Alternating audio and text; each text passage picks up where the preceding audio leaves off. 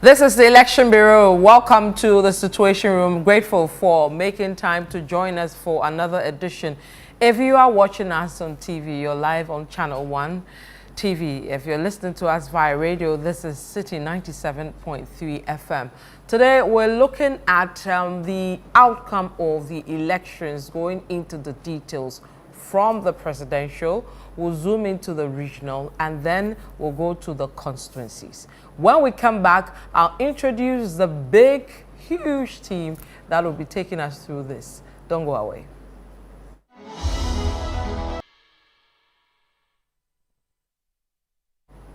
Yeah, welcome back to the Situation Room. My name is Vivian Kai. Look, on the studio today, I have Bernard Avile. Bernard, you've been missing for a while. I've been missing in action. We don't like that. How are you? How have you been? I'm fine. Okay. I'm fine. All right. And then I also have Godfred Akotobuafo here in the studio as well. Godfred. The way you're doing the shadow, inspiration from you. I've been watching you all week, from home. The way you've been matching the ties, you look good. It's good to be here. I'm hanging out with my brothers. I have to, behave like them to understand them. And then I have Omar Sanda Amadou as well. Sanda, welcome. Thank you. Akoto has said what I wanted to say, so I won't say anything again. Don't say anything. And then later I'll be joined by Richard Delasky. Gentlemen, welcome again, and thank you for coming. So we'll start with the outcome of the elections proper, the general outlook in terms of how Ghana has switched from blue to green. Bernard, I'm starting with you. Are you ready to take us through? If not, let me take opening remarks. Take my preliminary comments. Let me take opening remarks, then let me let you settle because so I'll start with Godfred. This is you want to start? Okay. I've covered elections since 2004. I voted first in the year 2000. This is probably what's the word to use? It's the biggest swing in an election I've observed in Ghana. Not even 2016? No. This is serious. This is. I don't even have the right word to use. I don't want to use an American slang, but it is decisive. It's. I don't even know. It's serious, and the kind of mandate John Mahama has been given. I'm sure for even him, his advice, they are like, wow. You can win and say, wow. Yeah. So there's a way in which you campaign, you work, and know you win. NDC had the momentum. They knew they were winning. But even the most optimistic NDC person didn't know that and the parliament is what even makes, you can tell an election swing not just by the gap. And this is a 1.6 million gap, but the parliamentary swing. Literally the whole nation wanted to change this government. I remember when the results started trickling in, you were the first person to tell us that Greater Accra region had swung to the green based on the system that we had put in place and the figures. The level of swing across the nation. Yes. Were you expecting that, or did Greater Accra prompt you that, hey, this is going to be more than I think? Remember that night when you asked me, I said, on the basis of what I've seen in Greater Accra, NDC has won the election. They won the election very big. Because when you pick a polling station from a typical constituency, and you notice that all the polling stations you sample across the country, NPP's votes are dropping and NDC's votes are rising. Yeah. It's one thing for NPP to maintain NDC to rise, because NDC was coming from a deficit of 500K. Yeah. But everywhere you picked on that screen, polling station, NPP was losing sometimes by half. And NDC, the minimum they did was to maintain what they got. Then they added. So it was for me a telltale sign. And I also said to you that Greater Accra was going to be more influential this year than it was in the past. Everybody said Greater Accra margins are small. Vivian, Greater Accra's margin for NDC is only bettered by Ashanti's margin for NPP by 120 or so thousand. So basically, Greater Accra takes care of Ashanti. Yeah. In the maps we did, we used to say there were swing regions. We said they were green, deep green. NDC has, of the 16, 13 are NDC. And of the 13, about 9 are deep green. Yeah. So you can actually say Greater Accra, Savannah, Upper East, Upper West, Volta, Oti, Western North, Bono, all have become deep green. Yeah. That is unprecedented. Because even when Akufo-Addo won in 2016, he got, I think, 2 regions deep green and about 5 regions all light blue, deep blue and light blue. So on the swing region level, it's been massive. On the stronghold level, it's been massive because everywhere NDC did well in their 2012, which was their best, they consolidated that 60% or more. Places that they didn't even win well in 2012, they won it better. I mean, it's great. It's crazy. Yeah, we'll go into details, the constituencies, the regions, and all that. But before I go to Godfred and Sanda, I want to pick your thoughts just briefly on the constituencies, the parliamentary. Yeah, what we have so far is a clear 2/3 for the NDC. The swing. Okay, this is the way I see. Generally, up until this election, NPP tends to do better in presidential elections than parliamentary elections. Because MPP's real numbers come from 2 regions, and NDC comes from across the country. So if you think about the fact that there are constituencies in Ghana with 40,000 voters, 25,000 voters, they will typically be in non-MPP areas. So NDC is generally expected to win parliamentary elections, and MPP generally, because of the density of the population in their strongholds, generally. This is one election that did not follow the trend. So what I would say is that this election, all of us, everybody has to rewrite the election trends, because this is like a big event that has changed the way the trend flows. Because, for example, typically NDC wins presidential elections, apart from 96, from 2000, by very small margins. MPP tends to win by bigger margins. 2004, 2016, 2020. All of that, when you add this result to it, is so basically they've rewritten the modern political history with this victory. All right. And then, of course, regionally, regions that used to be considered, I mean, Eastern region, Vivian, the difference between the 2 parties is 40K, which is even smaller than Greater Accra gave John Mahama in 20. So basically, John Mahama trailed Bawumia in Eastern region by only 40,000 votes. Can you imagine? Ashanti region, with all its big size, 600,000. If you just put voter NOT, what Mahama got there, it almost wipes out Ashanti. So all the things we've been doing up until the election day was to give people a good sense of where we are. What we are going to do today is to tell people that there is a new political map.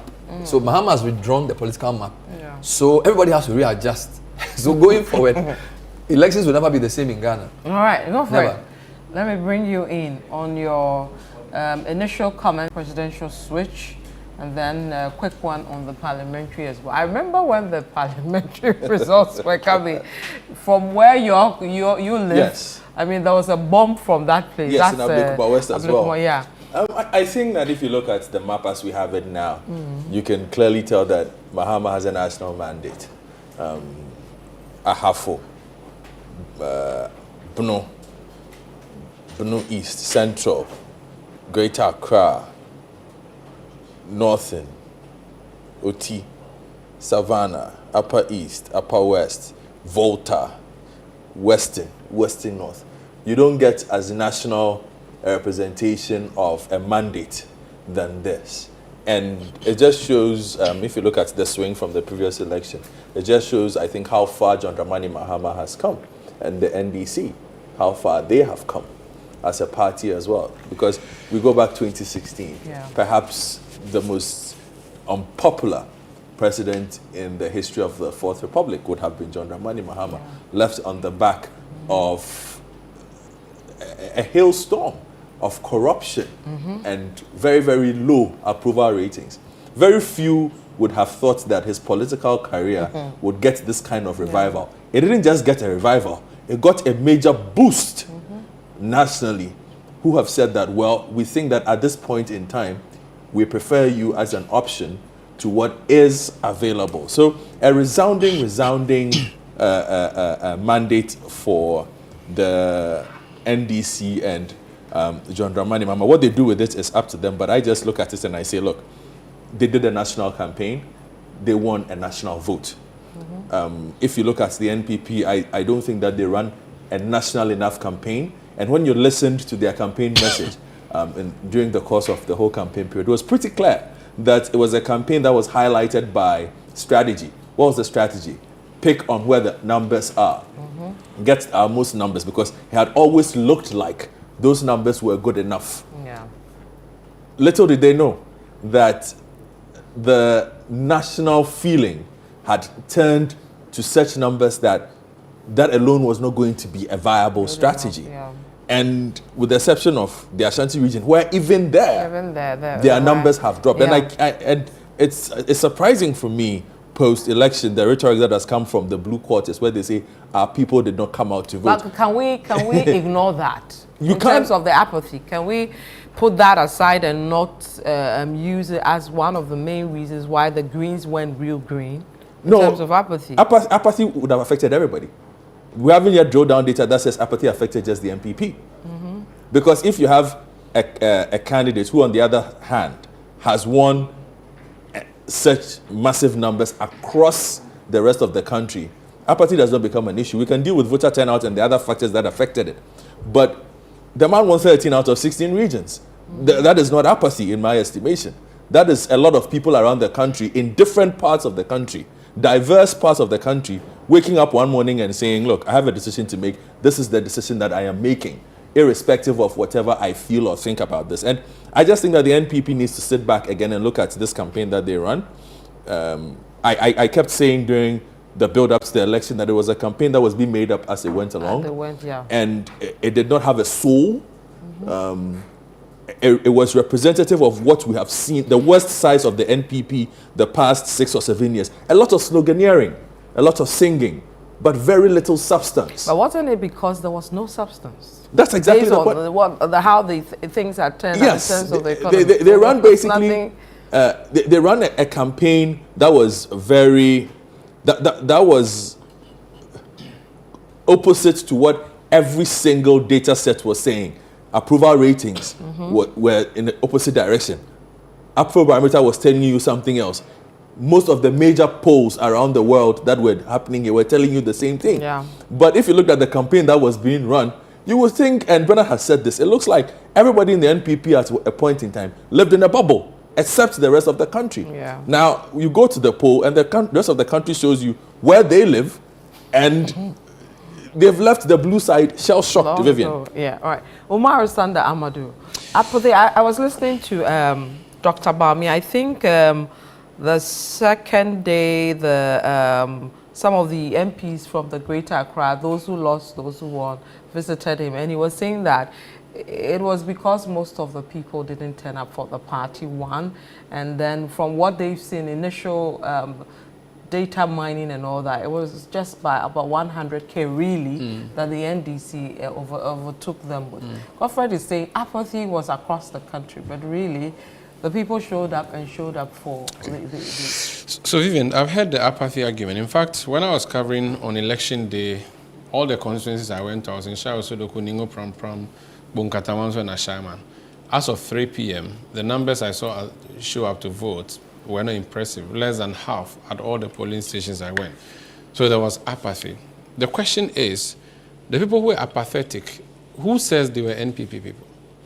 What shows that if those 2 or 6 extra million people had come, they were going to vote for NPP?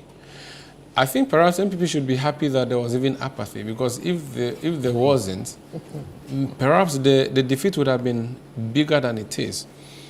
We cannot say for sure, and there's no scientific way of proving now, that all the people who showed up to vote were NDC people only. Unless there will be a poll where all NPP people will show that we did not show up to vote. And then they are registered card-bearing members and they'll prove so. For me, what matters is that the one party has won and another has lost. Whether it was because of apathy that they lost or not, it should tell them that there's something that they did which was wrong. And apathy itself is also a vote. For your members not to show up to vote, granted that they were, it means that they actually are saying that they don't care about you. I think this is, look, and I'm not sure the NPP has recovered from this. And I said something jokingly.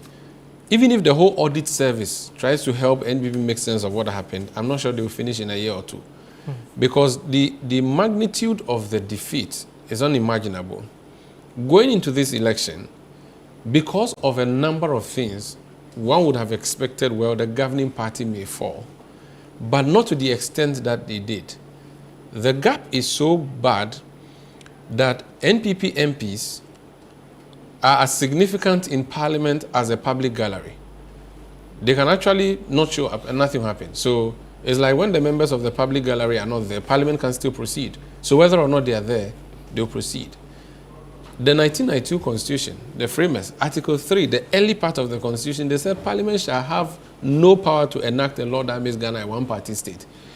What the framers did not know that Ghanaians themselves can decide they want to do a one-party state. And that's actually what we have now. We actually have a one-party state. And I'm saying a democratic one-party state. That is what we have got into.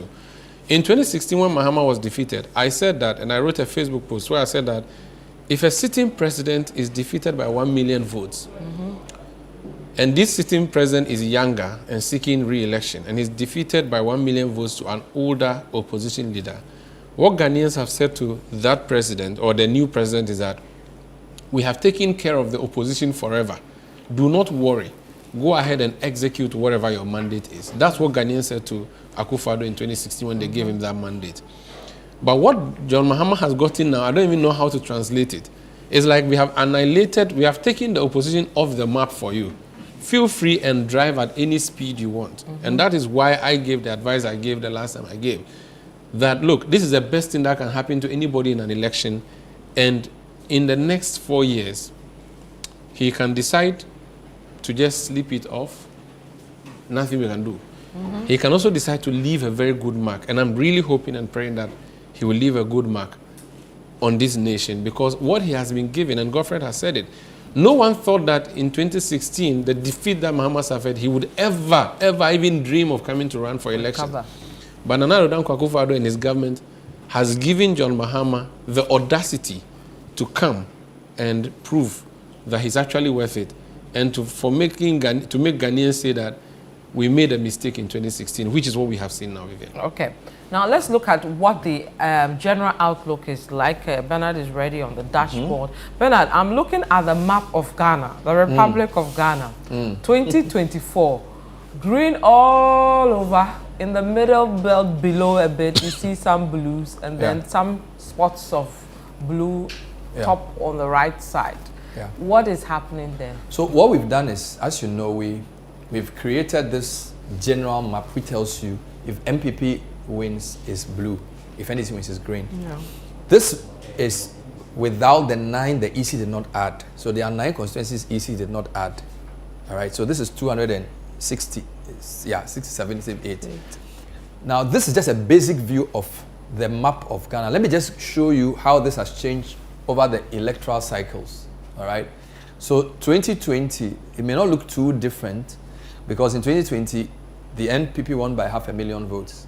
All right, and then in 2016 NPP won by an odd million votes. So that map was pretty deep. So this is the 2020 picture. You notice a lot of blue. Both up there, even in the middle parts, and then in the western part. Right. So coast. The blues, the whole coast is very blue. All right. Now, when I show you 2024, you can quickly see the difference. That all of this western side is green. It's gone. All right. Now, the second thing I'll show you, when I create a heat map, all right. Sorry for this, I create a heat map. So now we're basically showing the degree of the victory. All right. Again, 2024, the deep parts, apart from the 2 in northeast, everything they got here is blue. A marginal victory. And then, apart from the core Ashanti, a lot of the eastern is not really that deep. Whereas for NDC, the deep is all the way through, So basically, you can draw a 7 in the opposite way, from upper east, upper west, Savannah, down to Bono East, through to parts of Krobo Eastern, all the way to Volta. And then you have the same showing up here. All right. So their light greens then cover the rest of the map. So basically, that's why I agree with the 2 gentlemen that it's not just a turnout issue. All of this part has changed. All right. Of course, there was apathy in the country, so queues in Accra were short. So generally, and I was doing the polling station, I told you that even for some places, NDC2 dropped. So it's very clear. If you do some analysis, NDC's votes dropped in some areas. The apathy is very strong. It didn't translate into voting for smaller parties. It just meant that a lot of people flipped. So when you look at some of Musa's figures, some MP people flipped to NDC and then some didn't vote. Yeah. But most of NDC people would have voted anyway. Now, you compare this heat map to 2020 again, and you notice that it's a very huge, I mean, look at this. 2020, there were a couple of dips here. This was not that light. The deep greens were not that many. 2016 is the map Sander was referring to. 2016 was when NPP was really on top of its game. All right. And in that particular instance, you notice that the deep blue was much, much more. Yeah. Okay. Look at that. All the way to the Bono areas. Now, take a careful look at these Bono areas. You notice that it's been greened. Yeah. And then the Western Enclave. So, for swing regions, you look at Southern Coast, the Bono Enclave and Western for 2016, right? Bono Enclave, Western, and then Coastal. Yeah. Look at what's happening in 2024 with this Mahama victory. All of that is gone. All of that is gone. All of course. So can you tell us what we see? Forgive me. Yeah. Forgive me. So all of this green, blue that you were seeing. So this is swing region areas. It's just two blues you see here. So basically for election, NPP in the Bono region won only one constituency. So Bawumia won one constituency in the Bono region. He won one constituency in the Ahafo region. And with Bono East, he hasn't won any if Techiman South comes. So if you take Bono Ahafo and Bono East, let me make it easier so you get what I'm trying to say on this. So take Ahafo, Bono, and Bono East. Okay? This is 2024. Basically, we're saying, apart from Techiman South, which is coming in, there are only two constituencies that Dr. Bawumia won. Now, compare this to any previous election. I mean, it's almost unfathomable. Look at 2020 for this same three. I mean, guys, look at this. Look at that. I mean, the whole of Bono is blue. Bono East, they even made incursions into Bono East. Ahafo. This is 2020 figures. I'm not even talking 2016. No. Yeah. This is an election with a 500,000 deficit for NDC. And you come to 2024, and Vivian, look at this. Only two. It's wiped out. So this is not a stronghold situation. This is just two. And these two are light blue. So they didn't even win any Bono. Bawumia didn't win any Bono constituency by more than 60%. The whole of Brong Ahafo. So I'm taking Brong. In fact, I even have a 10, but I just want to stay there. So the point is that swing regions swung so rapidly. So look at the numbers as well. There's a 150,000 margin plus for Mahama. When you compare him to 2020, for 2020, you had, where am I? Okay, I'll show you the 2021. 2020 is below. It's actually below. So it's below the Bawumia figures for 2024. Good. Thank you. So 637,000. Mahama gets 56% of the three Bono regions. Bawumia gets 41. In 2020, Akufo-Addo had 51%. So Mahama has climbed from 47 to 56, like 10%, and Bawumia has dropped by 10% in Bono. Why is Bono a swing region? This mirrors the national. So this 56.5, 41.6 is very close to the national, which is why we say that in the trend, it's a swing region. It behaves like the nation in total. Let me do Western as well. So this is two of the blue. Out of, and mind you, this is 2 out of 29. So we have only Techiman South absent. So basically the whole region is gone. Okay, now if you want to go to the Western Enclave, still on the issue of swing regions, all right? Let me take Western, forgive me. Let me take Western region proper, all right? Before I come to Western North. This is Western region. You remember we did our Western region show? Vivian, what did you say? You had the Takrady Enclave. This is presidential results. The 8 constituencies in Takrady. Sekondi, Takrady, Mpoho, Efia, Kwesi Mintim, Ahanta West, Esikado Ketan, NPP. Shama was like schizophrenic, depending on how it felt. Vivian, this is presidential results. Apart from this Takrady, NDC wins every constituency. I mean, this is. I mean, look at this. In 2020, Mahama gets 46% of Western region votes. Akufo-Addo gets 50%, which is again similar to the national average. Mahama is now 58.8. 12. Bawumia is 38. 38. I mean, this is crazy. Now, if you even...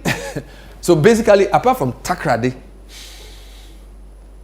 and even the Takrady is not deep, it's light.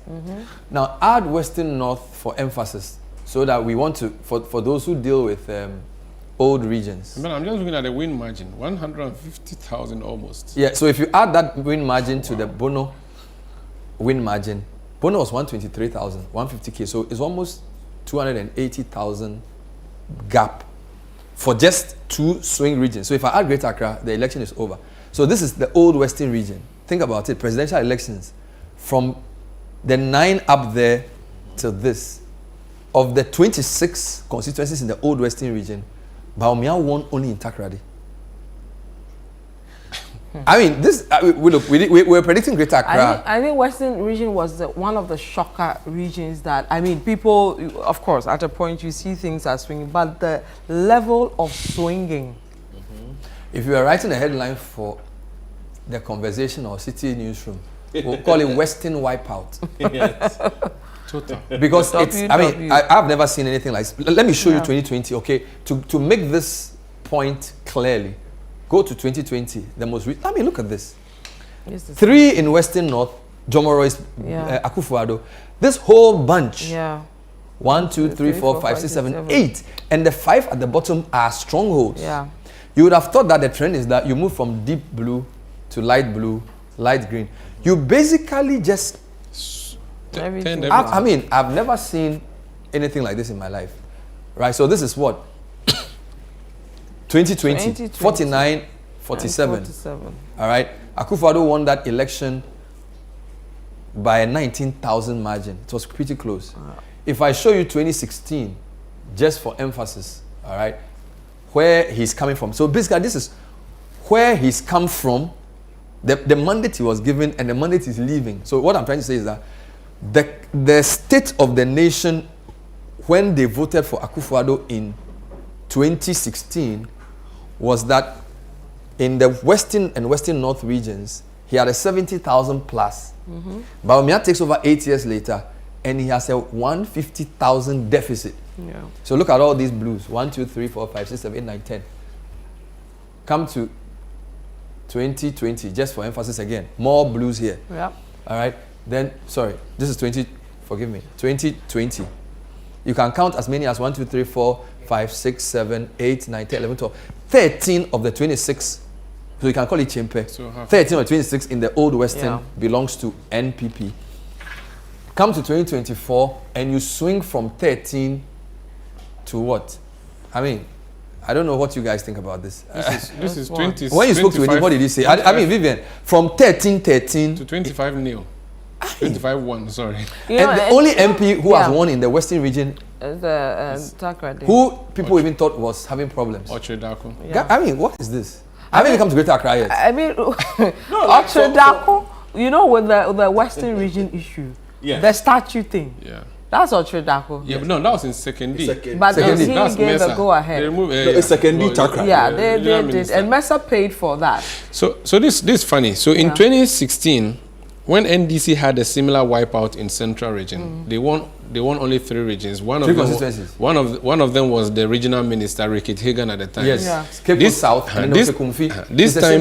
This time too, NPP loses the whole region except where the regional minister is.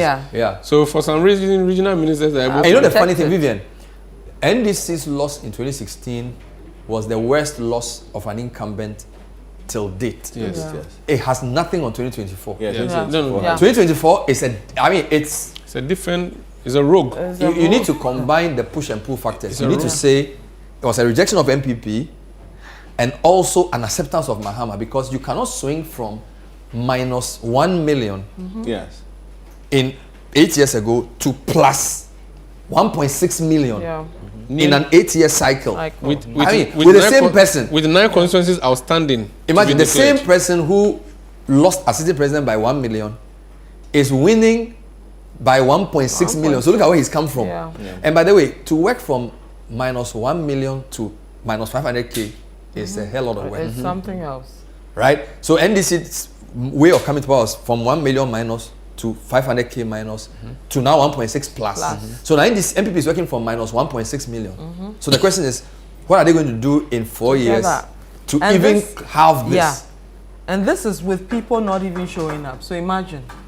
It is, I mean, You know, It doesn't make sense. the Western region, I think that, again, if the government had paid a lot more attention early on, they would have realized that they had a lot more work to do. Again, it's the taking people for granted. If you look at the voting history of the Western region, the Western North, they would have assumed that, oh, these are people who are normally amenable to our politics, and so we don't need to do too much.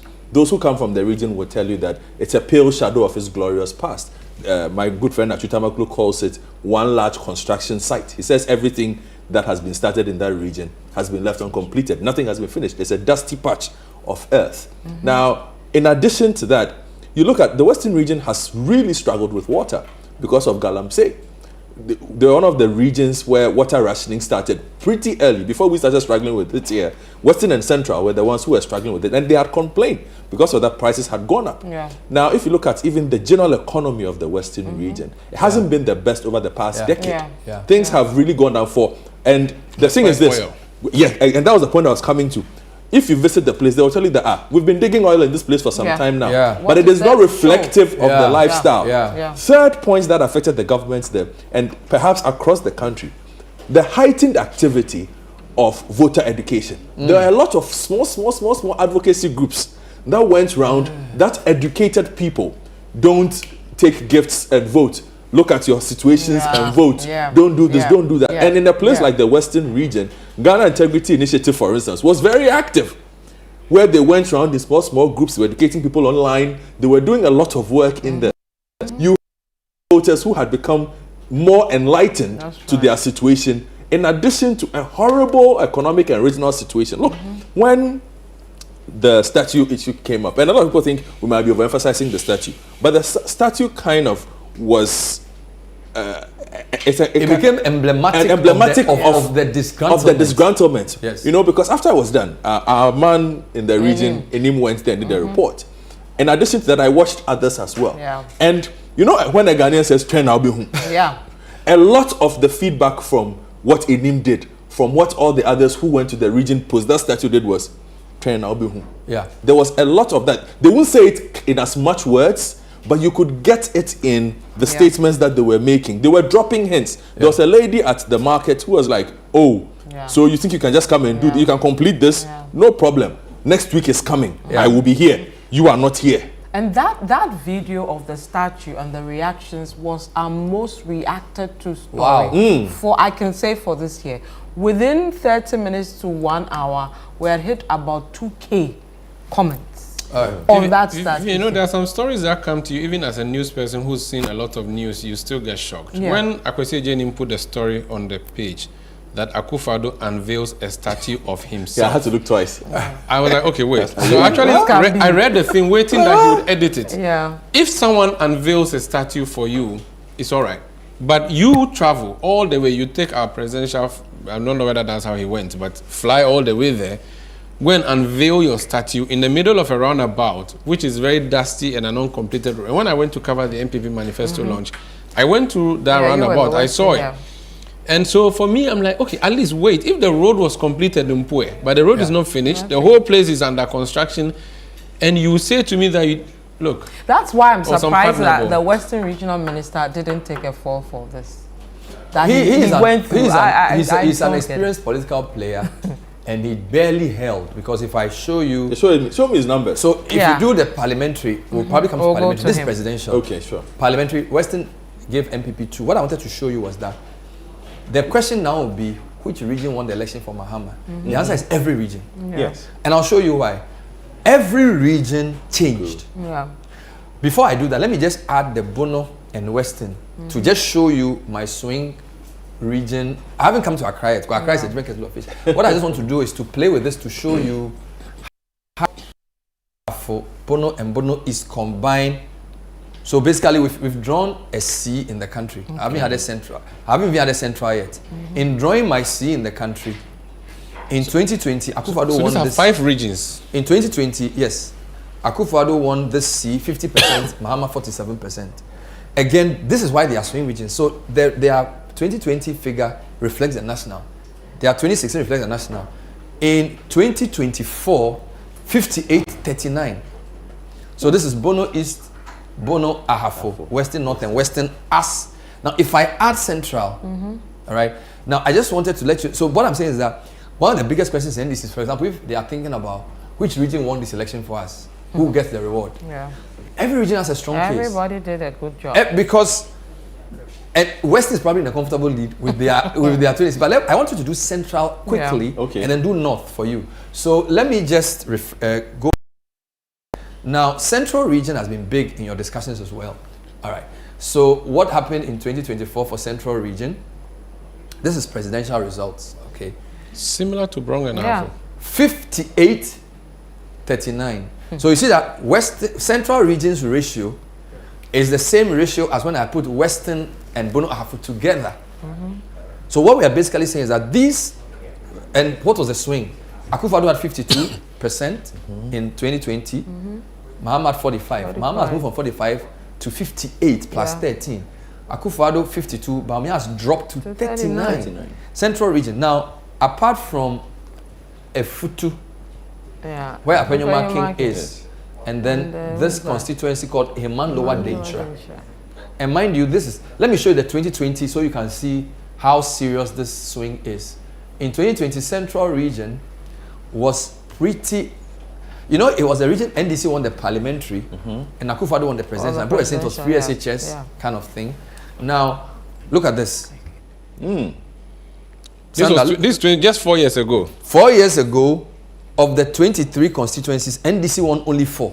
Twifo Atimokwa, KEA, which they always win, Ekunfi, where Mills is from, and Kazialatu Fosen. So basically, the NDC's presidential, Mahama won only Commander, which is where Mills' brother is MP, Elmina. Yeah. He won Ekunfi, which is where Mills is from, And Ejukuma. Ejukuma, which is where, of course, Kazial is strengthened, and then Twifo Atimokwa. This is 2020. So even where Ricky Hagan won, Cape Coast North. Presidential, NPP Cape Coast went everything. Everything. And but by the way, on parliamentary, NDC won more parliamentary seats. Yeah. So that was the change coming. Yes. Vivian, so this is 2020 with 1, 2, 3, 4 deep blues. NDC won only 4 light blue in one electoral cycle. In one electoral cycle. Look at this. Only 2 blues are left. Apenyoma King and then Heman Lower Dentra. and they're even lights. Guys, and look at the number of deep greens. From 1, 2, 3, Commander The whole base. to Cape Coast South, Cape Coast North, about 12. Infanteman, you have Ekumfi, you have Ejumakun, you have Gomwa West, Gomwa Central, Gomwa East. The whole thing. Better show me 2016 Good. for the Central region. You want to compare the I wish Because it might help.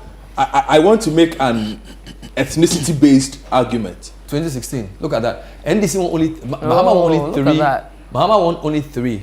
Commander, he always wins. Ekufi, Yes. he always Yeah. wins. And Cape Coast North. Yeah. Look at number of deep blues. 1, 2, 3, 4, 5. Of the 20 seats, 20 constituencies, Mahama Akufo-Addo won in 2016. 19 he won in 2020. 20. Central has shifted to 20. I mean, look at this. And then 2024. Where are we? Look, only 2. Yeah. So 21. It's unfathomable. I would hazard a guess and say, look, there was a choice here to be made. Nana Jane was on the ballot. Nana Jane was not rewarded. Yeah, enough for the first 4 years. For the first 4 years. Now, this is a region that has proved super loyal to its people, bar Nana Jane in that previous election. No, that region. So you think Nana Jane may Go for have it. There are influence? No. Central is just what they do. No, I'm just saying, with a choice between 2000 and 2004, they didn't mind Mills. Yeah. They responded to me in 2008. Yes. Then 2012, they maintained Mahama. Yes. 2016, they said NDC to hell with you. Yes. 2020, they said we are not yet convinced. 2024, they are come back. Even with Ms. Arthur in 2016. Yeah. So the theory is that Western and Central have 8-year moods. Yes. Greater Accra has a 4-year mood. So this you're seeing probably going to continue for another 4 years. But they like you very much. But you don't think the depth of the color change that we have seen there It's is impacted by Nana Jane being on the NDC ticket? No. It's and possible. Bawumia not having that option. So this is what I'll say. For an election of this size, and it's just a week ago, today is Friday, it's too early to come back. I will not rule out Jane, because this is what Jane Nana did. Jane Nana did what you call the retail campaign. So if you follow NDC's campaign, Muhammad does campaign where people come together. Yes. So if he comes to say Hohwe, people will come from all the communities. If Jane goes Hohwe, she won't bash anybody. She'll do market, school. So her campaign was like at the bottom, and then Muhammad's campaign was at the top. So I can take that, but what I'm saying is that it's even too early to make that kind of and argument. to the extent that the swing in Western, I mean, if it was just Central and BA to have been enough to be within this election, what Western has done, even Central hasn't done. Because look at the margin, 186K in terms of raw numbers, right? What did Western give? And by the way, this region has more voters now than Western. All right. But there's one constituency outstanding in there. This one was it's there now. Agona West. I didn't. No, that looks like Esukuma. No, it was Agona West, but it's there now. I just need to refresh it. Okay. So Vivian, so let's continue our swing region thing quickly to see where we are. I'm adding the Bono Ahafo enclave, and I'm adding Western and Western North. So we are drawing C in the country. The swing region without Greater Accra. In 2020, Akufo-Addo 51%, Mahama 47%. Again, the reason these regions are bellwether is that their average mirrors the national average. 51 for Akufo-Addo is exactly, Akufo-Addo got 51% in 2020. Mahama had 47% in 2020. Now, they've given Bawumia 39, Mahama 58, which means that when we add those 9 constituencies, Mahama may even go up. It may go to 2 million. Which is why I'm even saying that this victory is more impressive than Rawlings 96. Yeah. So this is what you have. And by the way, Sanda, of the 78 we have here, guess how many NPP has? 1, 2, 3, 4, 5. In 6 regions. So they've won. Let me count them. What's the name of this guy? No. Sunyani West. Tano. Sunyani West. Tano. No, forgive me. Sunyani West. It's even North. No, it's not. Okay. It has to be Tano North. Okay. Gideon Boako. So they want Gideon Boako's presidential as well. Sunyani West, Takrade, lower Dentra, and Ifutu. So of the 77 or so, they have 1, 2, 3, 4, 5 presidential. So which means that the average the average non-stronghold voter, the average non-stronghold voter from Bono all the way All through. went for Mahama. If you like, let's take out Bono East and take out Western North because the NDC strongholds, just to make argument. Okay, so you say Bono East is an NDC stronghold, so take it out. Take out Western North. Western North NDC stronghold. Take it out. So let's take out. Let's now just have Central, Western, Bono, and Ahafo. Still, Mahama 57, Bawumia 40. How many seats? 1, 2, 3, 4. 5. For it's unfathomable. Bernard, we have to take a break. When we come back, you need to add the noting and all that. It's the Situation Room. I'm here with Bernard Avle, Omar Sanda Amadou, and Godfred Akotobwafo. When we come back, we'll be joined by Richard Delaska, and then we'll look at the other regions which led to the defeat of the NPP. Stay with us. We'll be right back. This is the Situation Room. We are continuing with our coverage of the outcome of the 2024 elections. We're looking at the presidential outlook. We've looked at a couple of regions, Western region, Central region, and then some of the Bono boys and girls. We'll move to the Northing. And Bernard, which other one do you want to add?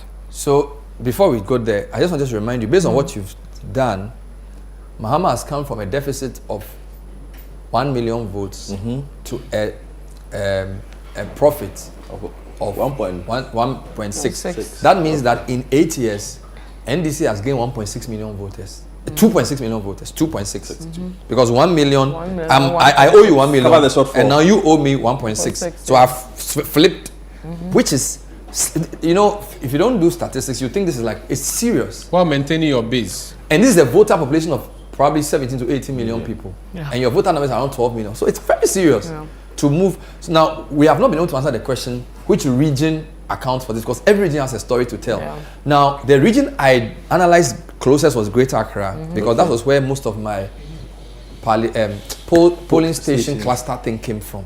And by midnight, we knew where the election was headed because of what we saw. So I think it would be good to show you Greater Accra as a region, because we also said that this region had 13 of the top 20s, the largest region in the country. We've left out Domi Kwabenya Presidential, Ablekuma North, and Okankwe Central, because those three, they didn't finish. What I was told by Fred Ho's team was that they were counting Domi Kwabenya Presidential, but when Bawumia conceded, the people said, you know what, let's do the parliamentary, because Domi Kwabenya is big. So they couldn't finish the presidential for Domi Kwabenya. So I have 31 out of 34. Okay, presidential. Now, this is what I was saying.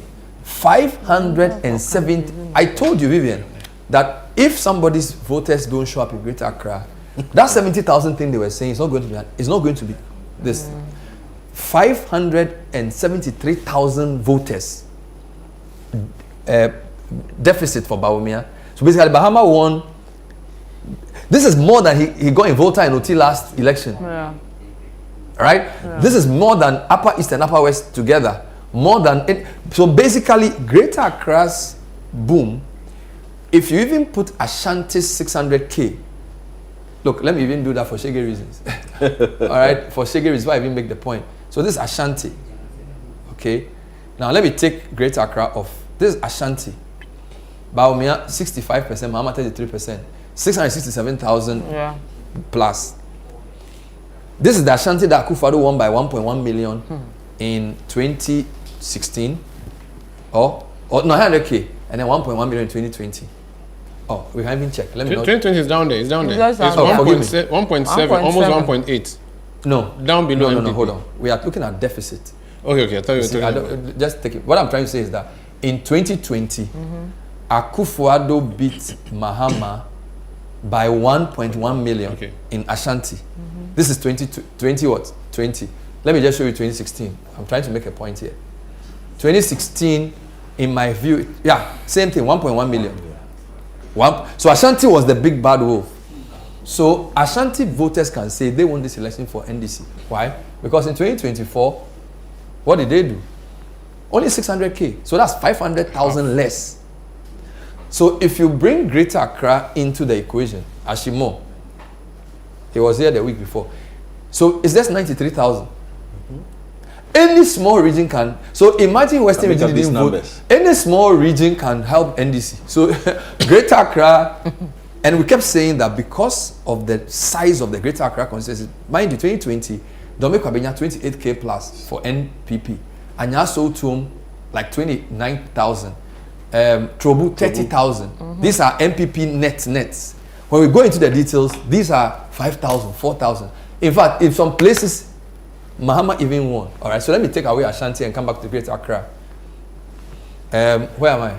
So Ashanti is off. All right.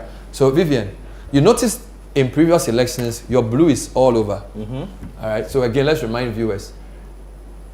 The history of Greater Accra, let me start from 2012. The history of Greater Accra is that the more western you go, the better it is the bluer you are. Yes, so blue here, 2012, NDC won. 2016, where are we? So this is 2016. Look at that. 1, 2, 3, 4, 5, 6, 7, 8, 9 strongholds, plus a lot of blues. 2020, where NDC even won the region by 70,000 votes, still your blue gash is there. Domi Kwabenya, Trobu, Anyaso to Wejak Bawe, Ablekuma North. 1, 2, 3, 4, 5, 6 strongholds. A lot of light blues. Amasaman, Botiano. A lot of the. I also West Wogon, Ablekuma, Isikwe. Henry Quarty. All of this. Right. This is 2020 Greater Accra, where Mahama wins with 73,000. How do you move from 73,000 to? Look at this. These numbers are scary. 573,000. So basically, think about it. 73,000 plus. So 500,000 new people. Yeah. In so you see the point about you guys saying that it's not just a question of. Yeah. He won by 73,000. Now he has 573. Where are they from? 573,000 people. Yeah. This is the biggest margin 500,000 Mahama got. So Greater Accra can say, we give you the election because we give you 500,000 more voters. That's a lot. Greater Accra behave like a capital should behave. Yeah. I mean, and if I add the swing regions to it, it's terrible. Because by the way, 63. So of the 4, this is the West. 63, 34. 34. So the national sentiment, this is how people feel in the country. 60. Because this is the best representation. In fact, of course, we haven't added Dome Kwabenya. But honestly, because Dome Kwabenya has been won parliamentary. it's even probably the same, right? Yeah. No, Ablekuma North. he'll probably, Bawumia will probably win Dome Kwabenya. I don't know. Yeah, but I'm saying that Ablekuma North has been won by NDC parliamentary. Dome Kwabenya has been, even though there's a contest. But I'm saying that it's possible that it could have been skirt and blouse. Because Dome Kwabenya is residually more NPP. So we need to see that now. But Vivian, of the 4 swing regions, this 63 is stronghold level. Yeah. This 64, Bernard. Yeah, this is stronghold level, though. Yes. This is. Because if you compare this to Volta region, it may just be some 7% difference. If I can do that, let me. A greater or rather, let's just see how all the swings have. So what have let me put all the swings together. Yes. No, separately. So Greater Accra is 60. Okay, Greater Accra is 64. 570k, 63, 39. So 64. All right. So I should take out. You want to see how Western did? Yes. So okay, Western alone is 58, 38, 147,000. 147. So 58, 38, 147. Which other one you are looking for? Central? No, add Western North to Western, so that you have a full swing region. Western North is not a swing region, but I get your point. Of the old, good. So if you have Western North, 226. Okay, it's not that much, 59%. 226. All right, so let me do Central for you. I don't know where you are going with this, but hopefully I didn't. No, just trying to see. So Greater Accra has done 64. So you want to see how the others did, yes. So Central, 58, 39. So that would answer your question as to which region won the. Okay. Yes. So 186. Greater Accra has a strong case. Then let's see Bono, the 3 Bonos together, right? Yes, put them together. I have for Bono and Bono East. 56. 56, 41, 15%, 150. So your Greater Accra is. So Greater Accra now, if I put all the swing regions together, for you to conclude this thing quickly. The win margin. So you add Central, Greater Accra, Western, North. So basically, these are the regions that. Yeah. Where are we? 60. 60%. Yeah, but and look at this number. 1.1 million. Yeah. Hello, this is Ashanti for NPP last election. This was what Akufo-Addo won by in 2016 put together 1.1. I mean, it was actually less. Let's look at 2020. So 1.1 million for the. Okay, let's look at what 2020 did for Akufo-Addo. When you put these people together in 2020, Akufo-Addo won by 73k, 73. which is a margin Mahama won Greater Accra by. So Akufo-Addo takes the swing regions. Percentage 49.8, 48.6. So clearly, when you have to win an election, these people have to prefer you. And Bernard, from 73,000, John Mahama flips it to 1.1. It's unbelievable. Let's even look at 2016, when Akufo-Addo was in all his glory. All right? 366. 366k, 52.45. Still 1.1, you are nowhere So he's close. still not. So this is look, if we even do, guys, this is unheard of in our election history. And I keep saying this. 1.1 million for the old Brong Ahafo, Western, Central and Greater Accra. 1.1 million voters preferring as an advantage over Bawumia. The nation's angriest moment was in 2016, and it was just 300,000. And now we have seen 1.1. Only 1, 2, 3, 4, 5, 6 constituencies or so won. Everybody is going to Mahama. Yeah, if the Everybody. if the NPP looks at this map as a campaign team, they should put their heads under a blanket. Where do you go from somewhere? Because you can't. This is as bad as This is the you worst, can perform. This is the worst as you can get. a political campaign. And if you look at Greater Accra, and again, how did they get sentiment so bad? I think it's a question that the NPP needs to address. Honestly, one way or the other. They will not address it publicly. We should bring them and put this before them. Yeah. It's serious. They might not address it publicly, questions. but they eventually have to answer the question: how did we gauge sentiment about? Because if you take Accra, for instance, Accra is the most cosmopolitan city in the country. It's representative of every region that is here. If you are performing badly, you would know from Accra the gaps that you have to close up. And Godfrey, to be fair, the tone deafness seemed to have shut them down. Listen to what Godfrey, to be I fair, hear you. the NPP going into this election will repeatedly tell you that for Greater Accra region, we will not win. We know. Yes, but you see, but if you will not win. Yeah, so I mean, they made a mistake. But by what margins? They made a mistake. They knew that they will not win Greater Accra, and they said that Greater Accra, they understand macroeconomics 1-1. So their target is they've shifted camp and taken it to the north, and they were very and the rural areas on free SHS. So they say Ashanti will give it to them, and then the north, and they say that over there you cannot say to them that haircut and those things, but Greater Accra region. So it means they saw the problem in Greater Accra. But you see, the moment BNI came out with and now they've changed their name to NIB, with a poll that said they were going to go into a runoff. As a sitting government, when your candidate is said to be preparing for runoff, it's not a good story. A good sign. Yeah. So I think a few people may have seen it, but they sat on the information. Or I they actually think they wouldn't have scared their supporters. When I heard the message in the last 3 months, the campaign was now more of the rural areas. Yeah. They felt that they had lost the urban areas. Yeah. So they're talking about protect free SHS. They're talking about the development agenda 111. They're basically talking about things that they believe rural voters would like.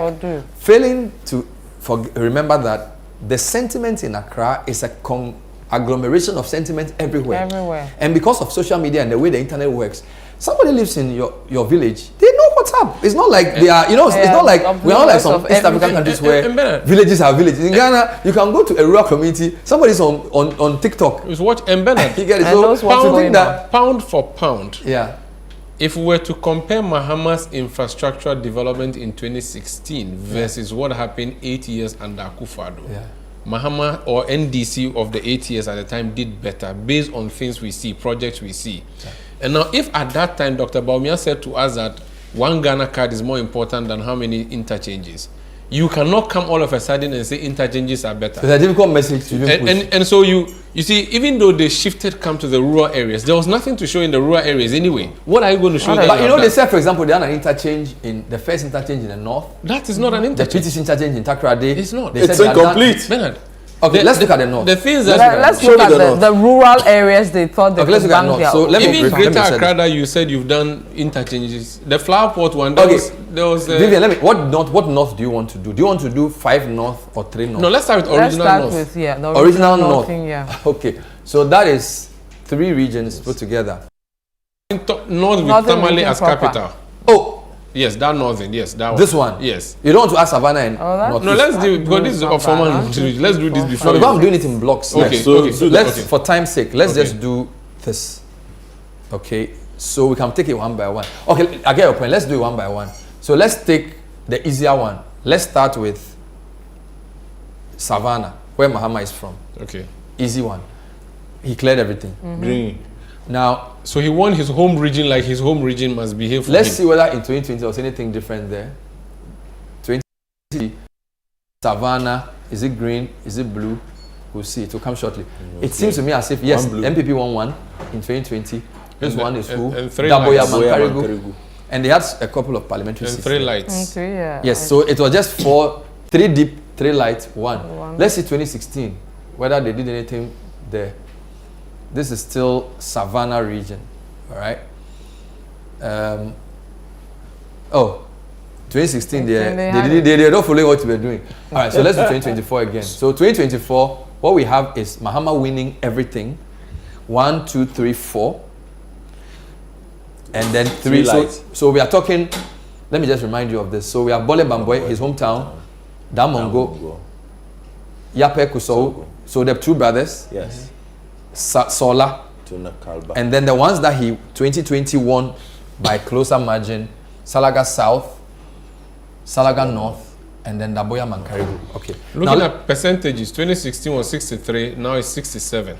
So he's gotten almost 4% more. So Akufo-Addo got 35, Bawumia got 30.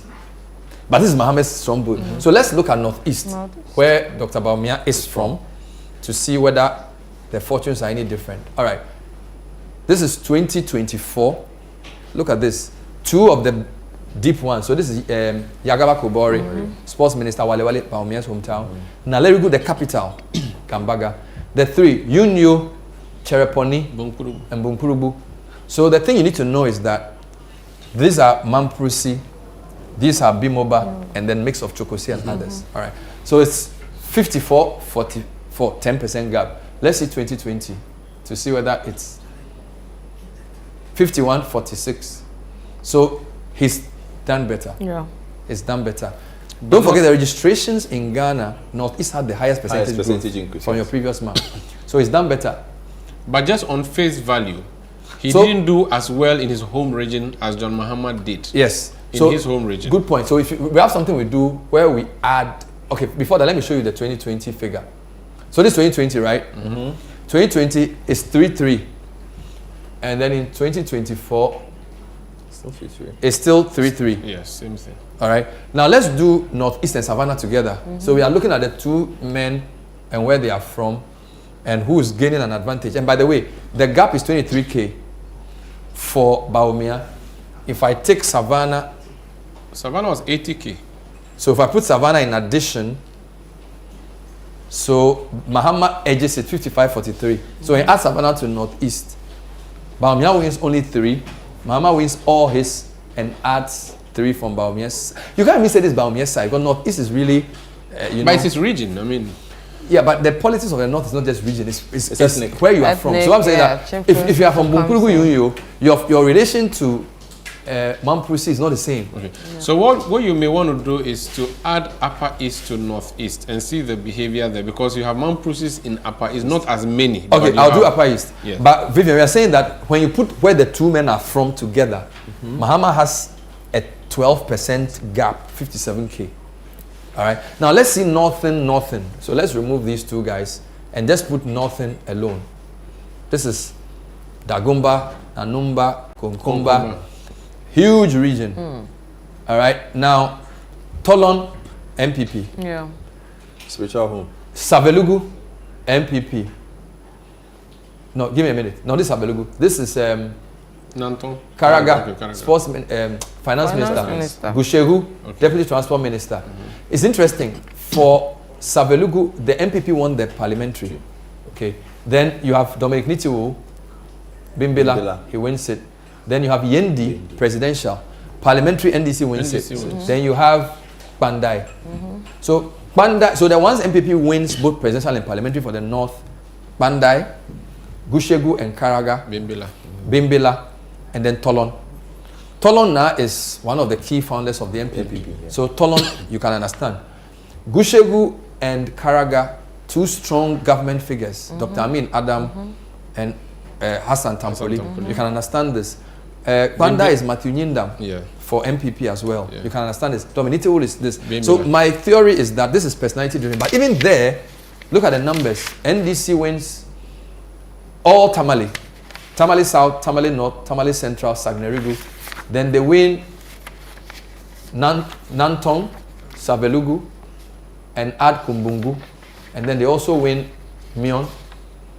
And then all of these guys here. The Eastern Corridor. The Eastern Corridor, Zabzugu, Tatale Sanguli. Konkomba land. All of that. Wulensi, they win as well. So if you look at the ratio for this, they are winning about 11 of the 18.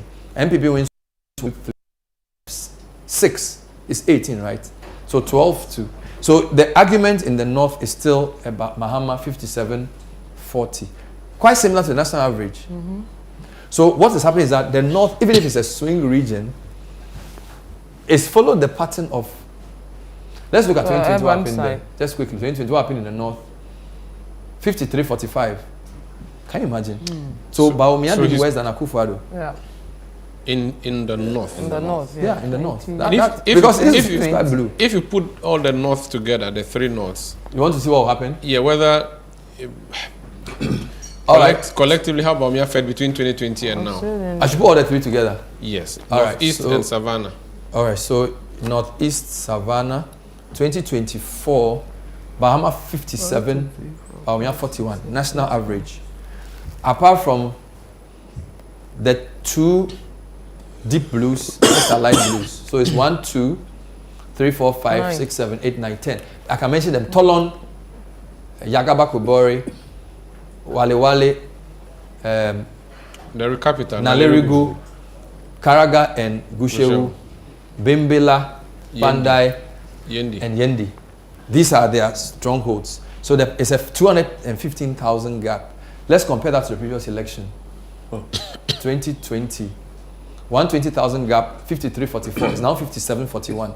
So when you put the 3 north together, Bawumia does worse than Akufo-Addo did.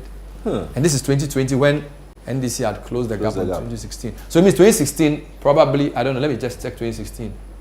Just for what you call shaggy reasons, 55-41. So actually, 2020 was actually better. Yeah. So this is much similar to 2016 because the nothing hadn't really woken up to the Bawumia thing. So 2020 was different. 2016, look at that, it's back to factory settings. 2016, 2020, 2024, 57, 41. I mean, Vivian, this is... But you would think that now they're used to him being there, one of their own, at least, they would have done better than that. So going into the election, the North had a choice between 2 persons from the North. And it's been a campaign, and people with Northern extraction were excited that we were going to have a Northerner at the end of the day. Yeah. But when it came to it, which of the Northerners were you going to choose? And I think that's what, there was a North one now on the eastern part of the corridor and one on the western side. People over there had a choice, a very difficult choice to make. It's interesting to see that they are tilting more to the Gunja man than the Mamprose man. Now, over the period, how has he fared, Dr. Bawumia? Yeah. When he was running mate, how did the North behave for Nana Dankwa Akufo-Addo? From everything we are seeing, John Mahama has been the de facto northern leader based on the statistics we've seen so far. Is it a case of the relationship between the Gunjes and the Dagombes versus the Gunjes and the Dagombes and the Mamproses? I don't know how that would be explained, but for me, it's a difficult choice. So I remember I used to say there are 2 Northerners on the ticket. One, if he wins, has only 4 years. If I win, I have 8 years. 8 years. That message seemed nice, but I don't think it got down. That was Dr. Bawumia. And you see, this is the thing. When the sentiment is for change, a lot of the other arguments pale in comparison. Again, truth is that the North has traditionally been NDC, and this is Jerry Rawlings. Yes, yes. Rural electrification. Yes. The North benefited immensely. UDS. Islam in the North. Yes. Rawlings brings a holiday for Muslims. Yes. Rawlings brings a chief imam. He makes the smoke the national, his official wear for almost 10 years. Exactly. So Rawlings gave the NDC, or the North, yes. Rawlings gave the North to the NDC. Yes. And so the NDC has always been winning in the North. And that's how come you see it in Upper East and Upper West if you were to extend it. Yes. For NPP to be able to penetrate, what do they have to do? They have to bring programs that will be exciting to the North. They brought Zongo Development Fund. They brought Zongo Ministry. But Zongo is not enough. But yes, so that's what Zongo is not the same as so that is a house. Zongo is all of us coming together from different places. So the North is not necessarily Zongo. Yeah. So that when you go to Tamale, you can spend the whole day without hearing a word of Hausa being spoken. Yes. Same with, okay, so Savannah region, they speak Hausa. Yes. There are a lot of Salaga people who speak Hausa. Yes. Mamprose land a little. If you go to Upper East, they do. So I think NPP probably should have targeted the North better than they did. They didn't, they just thought, okay, because Bawumia is from the North, but the North is different. I also think that, you know, we don't want to go into all the details of the ethnic issue, But that was the key. Some of the That's, challenges with the You can't avoid with it. the Boku issue, because I saw polling stations in the 6 Kusor areas. No, Zero. it was bad. Vivian, They give him when you did a zero. polling station, You analysis need of to those sit, places, Chris. it was pretty Yeah. bad. All right, so look, the national sentiment is not just in Accra. All right, so I always say that I need to rank the factors. When people feel they want change, they may think Bawumia is a nice guy, we want him one day, Yeah. but not now. No, no. You get it? Again- Because now they are looking for somebody to come and save them economically. So they are not going to say, well, because Bawumia has 8 possible years, we should give it to him now. And Ben, don't That's forget, not how they think. And then- Akufo-Addo gave these people new regions. Yet they have not rewarded NPP. But my theory for why he did well in 2020 is that he solved the Dagon crisis, The crisis? which, of course, in 2002, when it happened, it was under Kufuor. And usually, this is the way I see it. A problem that occurs when one government is in power is best solved when they are in power. So I think he had the legitimacy to solve that when he solved it. And that message, so after Dagbon crisis in the early 2000s, NDC's main campaign will be, look at what they did to the Yana among the Dagomba areas. But once that matter was solved with the legitimate person as Yana and that matter was covered, NDC needs a new message. So it looks like in 2024 they had to change the attack because the 2020 campaign, which was based on the old issues, did not fly. So they probably changed message in the north, because we are talking about the north, where you have a lot of Dagomba, Nanumba, Kokomba. So some of those issues, but we are basically saying that this 5741 again is the national average. So far, everything we've done is national average. The Bono Western Greater Accra Central thing gives us this. Nothing gives us this. This is not I have a without the question. upper. Have we had a first time candidate perform as poorly as this? Bar 92. Great question. Great question. 96, Kufuor was a first-time candidate. And he got 39%. Rollins, I can check. Let me do that. I can find out. Yeah, I can do that for you quickly. Yes, I'll do that for you. 96, right? Let me move the hit. Let me Yes. just do 96. Hold on. I need to do 10 regions to get this done. Just give me a minute. You asked a very good question. So 96, Kufuor, from what I have in front of me, was a 43%. Thank you. To Jerry Rawlings' 53%. No, 96 was 56. Oh, okay, I'm doing. Yes. I need to so do in 90, a national. Sorry. In 96, Kufuor had 39% and Rollins had 56.4. But the problem with 96 is that in the first 3 elections, our smaller parties were much stronger. Stronger. So you had 2.9% for the smaller parties. Indeed, 2000 they had 5.6%. The duopolization began after 2000. Wow. So you could say that Kufuor's 39, if you added the 2%, so similar to Bawumia. But don't forget, Bawumia's results are not fully out yet. There's 9 constituencies. A lot of them are NDC. No, If they are mixed. No, I have that list here. Give me the list. But Bernard, the reason why I asked that question is looking at this. Would you say the NPP did not choose the right candidate? Because you've had a nationally poor performance. What kind of feedback did you get nationally in fielding this candidate? You need to disaggregate push versus pull.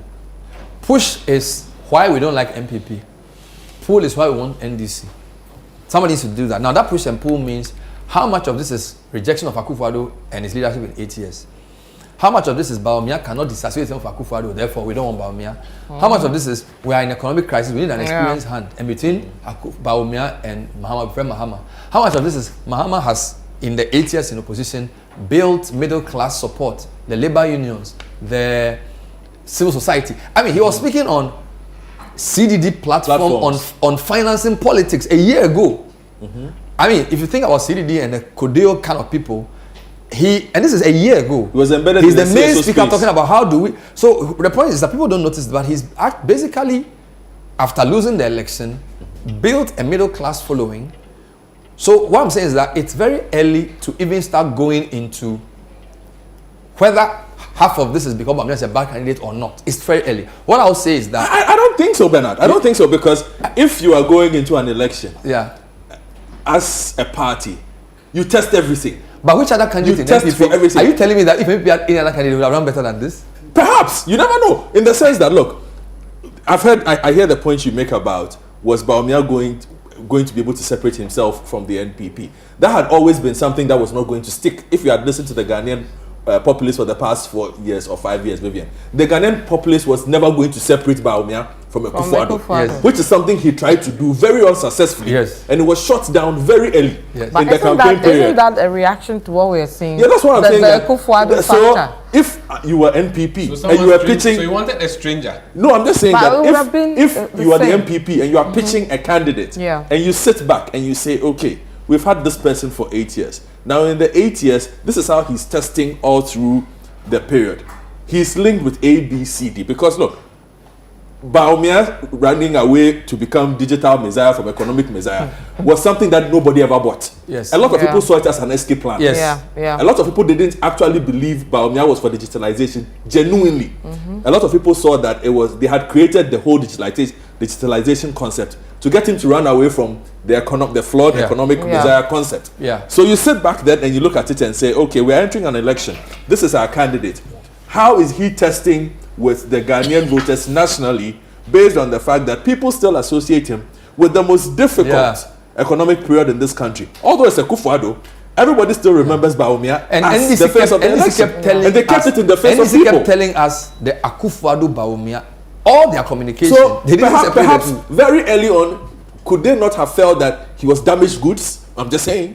Well, but Because if you look at these numbers, but this is damaged but goods if NPP numbers, Bernard. So look at Kufuor and Nana-Addo. What helped Nana-Addo in 2008 was that even though he was MPP, the He was not anger in seen as- MPP benefited him. Yeah. Because he had only 49% of that small electoral college. But all the rest said, we don't like Alan because the establishment that has given us this problem He's is part pushing of it. Alan. So Akufo-Addo actually in 2008 had a better chance because he was seen as, From the outside. it's like MPP is trying to reform from Yeah. within. So Ghanaians say, you know what, even though Kufuor, we are not happy with how it's ending, Akufo-Addo is a different guy. But you're right, Bawumia But it's could the not. same guy from the problematic So group. I think that your point is strong. Yeah, that What I'm makes trying to say sense. is that MPP also attacked Mahama a lot, yeah. thinking that a lot of Ghanaians will say, like for example, the alternative is Kerry. A lot of Ghanaians felt insulted by that. We lived in Ghana in 2016. We know what happened in 2016. It's not been as bad as it was in 2016. So if you keep caricaturing the Mahama of 2024, the assumption is that new voters have not come in. Look, if somebody is 18 years in 2024, They were Vivian, 10. he was 8 years. He was, Yeah. if you take out 8, it's 10 years old. He was 10 years old. So he doesn't even have a sense of the whole Mahama thing you are saying. So the whole, and particularly Akufo-Addo was attacking Mahama a lot. I'll not handle somebody I've beaten twice. It's, for me, it backfired because see, Mahama was quietly building. I'll give you an example. There was this whole thing they were doing with, they were calling the national, what's the name of the thing? Oh, the forum, KY Amaku's thing. Mahama would turn up. They did a big event at Legon where they wanted to talk about the national Dialogue, something. what was the word for this? I don't remember. But they were trying to do like the national compact. He shows up for these events, and his manifesto guys are talking to civil society. Professor Danson Pafu is talking to everybody. So what I'm saying is that even for the first time, you see university lecturers. So NDC did not build just a stronghold thing. NDC basically had their professionals campaigning. They tried to get the middle class and floating voters. So if you look at Musa's surveys, a lot of the floating voters or I will not vote people eventually went for Mahama. I wanted to ask Sanda and yourself another question on the Northern outlook that we just saw. Ghana Compact, 10 things Yes, Ghana Compact. on the Northern outlook we just saw. Yeah. Do you think there was an impact on the numbers we saw on Bawumia by the economic situation we saw, the hunger, the drought issues, the absence of the dams that had been promised, bad prices for maize? Yes. Let's not forget the upper east, the upper west, the north, the savannah were amongst the worst affected by some of these. Maybe let me show In the the upper, year. let me do Upper East first. Yeah, that and was then a we'll comment. complete blowout. And then let's see how it happens. So Upper East has 15 constituencies, 254k, a healthy win, right? Quarter Now of the a way million. to interpret Upper East is to look at historical. So 22, so it's 75-22. In 2020, it was. Why are we not calling Upper East a stronghold? I'm coming. It's a stronghold. No, we should call it. It's always been. Upper East is an NDC stronghold. Stronghold, yeah. It was 64-32. Right? So he's jumped 12% in his stronghold. Let me do historical to just show you how crazy this is. First, let me do a heat map and then historical. Now, when I do a heat map, this is all still deep green. It's stuck. Guys, there's no constituency here that he won by less than 50%, by less than 60%. 60%. Right? Historically, the best performance of anybody in Upper East has been Rawlings, 64.6. The second best has been 60. 2008 runoff, 64. and then 2012, 63. Guys, Record highs. 73%. Forgive me, yes. More than Rawlings. Is it clear? More than Yes, Rawlings. clear. Yeah. More than Rawlings. All right. So, okay. Just give me a minute. So, historically, there's not been any performance in the Upper East like this before. I just want to show you 2020 to see if there was anything changed. In 2020 as well, even though it was 64%, if you look at the map, the whole thing is still, okay, a couple of light greens, 1, 2, 3. They consolidated in 2024. Let me just go back to 2024 and do a historical for you. So Upper East historical analysis. All right, just a second. So here you have it. Highest prior to this election was 64 Rawlings, followed by 63 2012 when Mahama wins. He's jumped to 73. Unbelievable. You can say some of this was the Boku crisis, because let's look at some. Let's look at some of the. But it's not enough. Let's just look at the 6 constituencies in the coastal areas. 1, 2, 3, 4, 5, 6. Sandra, do I have all? No, there's a Garu at the bottom. There's yes, Garu. that Here. one. So these are the 6. Yeah. These are the 6 constituencies where you have. That's Mahama's promised new region. Oh, Sandra, stop this. He promised them. Sandra, okay, you are creating new regions everywhere you go. You even created a new region for Shai Osudoku people. That's what you are not serious. So I just want to show something. So Bawumia is again prior to 20 in 1996, 70 Rawlings, 19 Kufuor, 76, 75, 74 Mahama, 19. These are the. So this is where Bawumia was getting 0 at polling stations. Yeah. But even if you take the rest, it's not that much better. You know? So if you like, take Navrongo, take the where you have the Frafra, and then the what do you call this? Frafres and the Kasem. So you have the Bulsas. Yes, Bulsa. Bulsa is Bulsa South and North. Yes. Navrongo is Kasem, Tiana Paga as well. Yes. And then you have Bolga. Bungo. Still 71-23. So this region is. So he has not done well neither in the western part of the region. Upper East, forget it. Let's do Upper West and see what we get. Let me see. Let's do Upper West and see what we get. Upper West region is again a traditional stronghold of the NDC. 2020 was 32% Akufo-Addo, 64%. It's now 71-26. Who are the 3 founders of NPP? There's Dombo in there, right? Is it not from Upper West? Yeah. Let's do historical. Since you are asking. That's a massive decline, though. For NDC? For NPP. NPP. Yeah. The historical will make it even clearer. So you had NPP, their best 36% 2000 runoff, 36 again in 2008 runoff, 34 in 2016, now 25. Wow. No. So in the last 3 electoral cycles, they went from 34 to 25. Mahama has moved from 56 in 2016 to almost 70 in Upper West.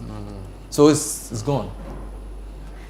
So are you buying my Godfrey, to support analysis you now? Godfrey, If you add this 152K to the 250 in Upper, so let me do the 2 regions. Just give me a minute. When the NDC lost in 2016, the debate in town was whether it was a horse or the jockey.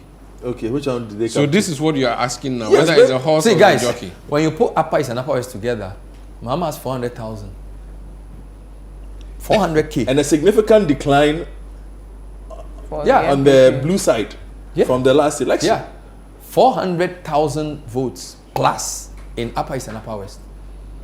That's a lot. So, but again, I ask, did the NPP test the popularity, the national popularity of Bawumia well enough? How do you test the How do you test the popularity of a candidate? candidate? No. Who else do you have? Godfred, how do you test? So this is the thing. How do you test? Who do you test? You test by going to your party's base. Bawumia did not win the flag bearership narrowly. He won better than Akufo-Addo did. Yeah. Yes. But it's a different electoral college. I know, which is even makes it because it's even a bigger electoral one. college. Which means that No, Akufo-Addo, no. When they did the electoral college of this kind, Akufo-Addo has won it better than anybody. Because in his first attempt... When they expanded it. Yes. So in the first Akufo-Addo has annihilated... It's basically wiped everybody to the So I'm talking floor. about a first-time candidate, Akufo-Addo, in 2007. Okay, cool. He won because Alan Chemantin conceded to an extent. Yeah. Okay. 2023, Bawumia did not need any of those people to concede for him to win. He won handsomely. Now that's the best test case for you at a party, because you can't go to ask NDC people to vote. And No, not necessarily, but them. I'm saying that if you're looking for national appeal, you ask yourselves, do we have a candidate who has the ability to lighten some of these colors? Does he have a strong enough base? Yes, you see, Yeah, but that's what those I'm are saying. questions. But how will you test it? No. There are methods to testing these things. That's what that one in this era of politics that we are in the sophistication of polls, there are a lot of ways to test these But things nationally. the party base told you this is the guy they like. Among the 10 people you brought, they said this is the guy they like, and you gave them 2 rounds of voting, Yeah, but and they returned a positive verdict for him. perhaps in the next election cycle, that might be something that I've heard a very strange argument that Major Boachitan of blessed memory used to make.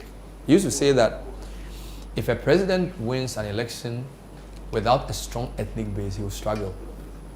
And that theory was rejected. But he basically said, apart from Rawlings, Kufuor, other presidents who have come from smaller ethnic groups have had to struggle for legitimacy. So he said Rawlings, this is his view.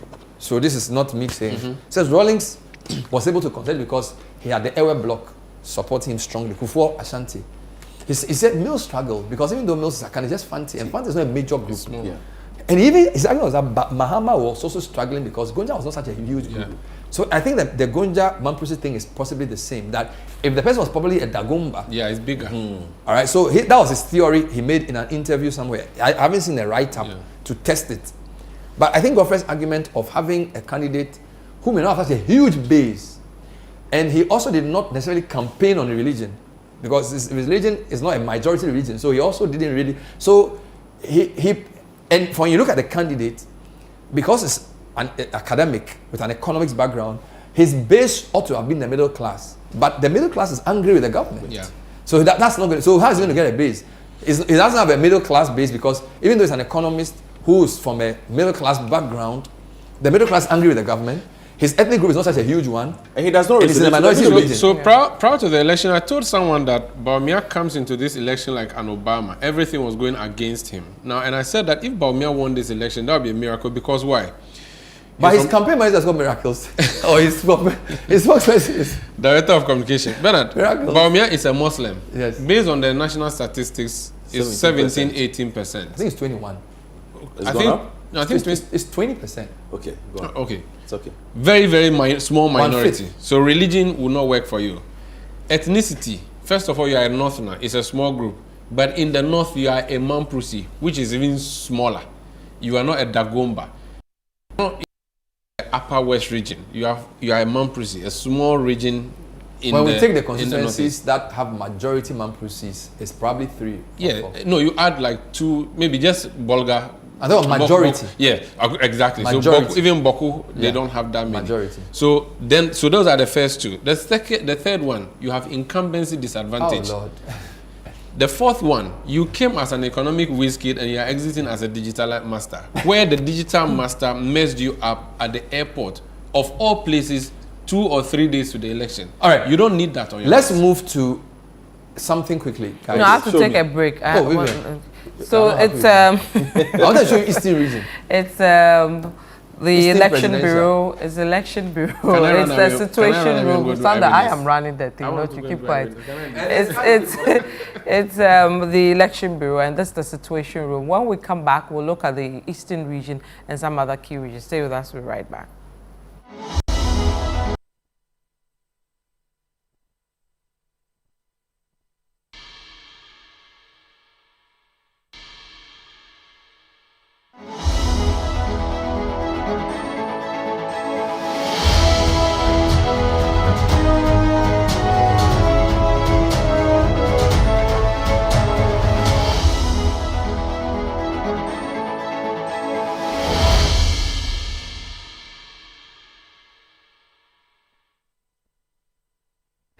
You're welcome back to the Situation Room. My name is Vivian Kai Loco here with a host of guys who are helping us look at the numbers. Joining us now is Richard Delasky. Richard, welcome. Thank you. Honored to be here. Okay, good to have you. So, Babena, let's look at the other regions. I think you can start from the eastern region to see how it fared in terms of the presidential. But you haven't answered the question Of that you asked earlier. Which region is most responsible for this electoral outcome?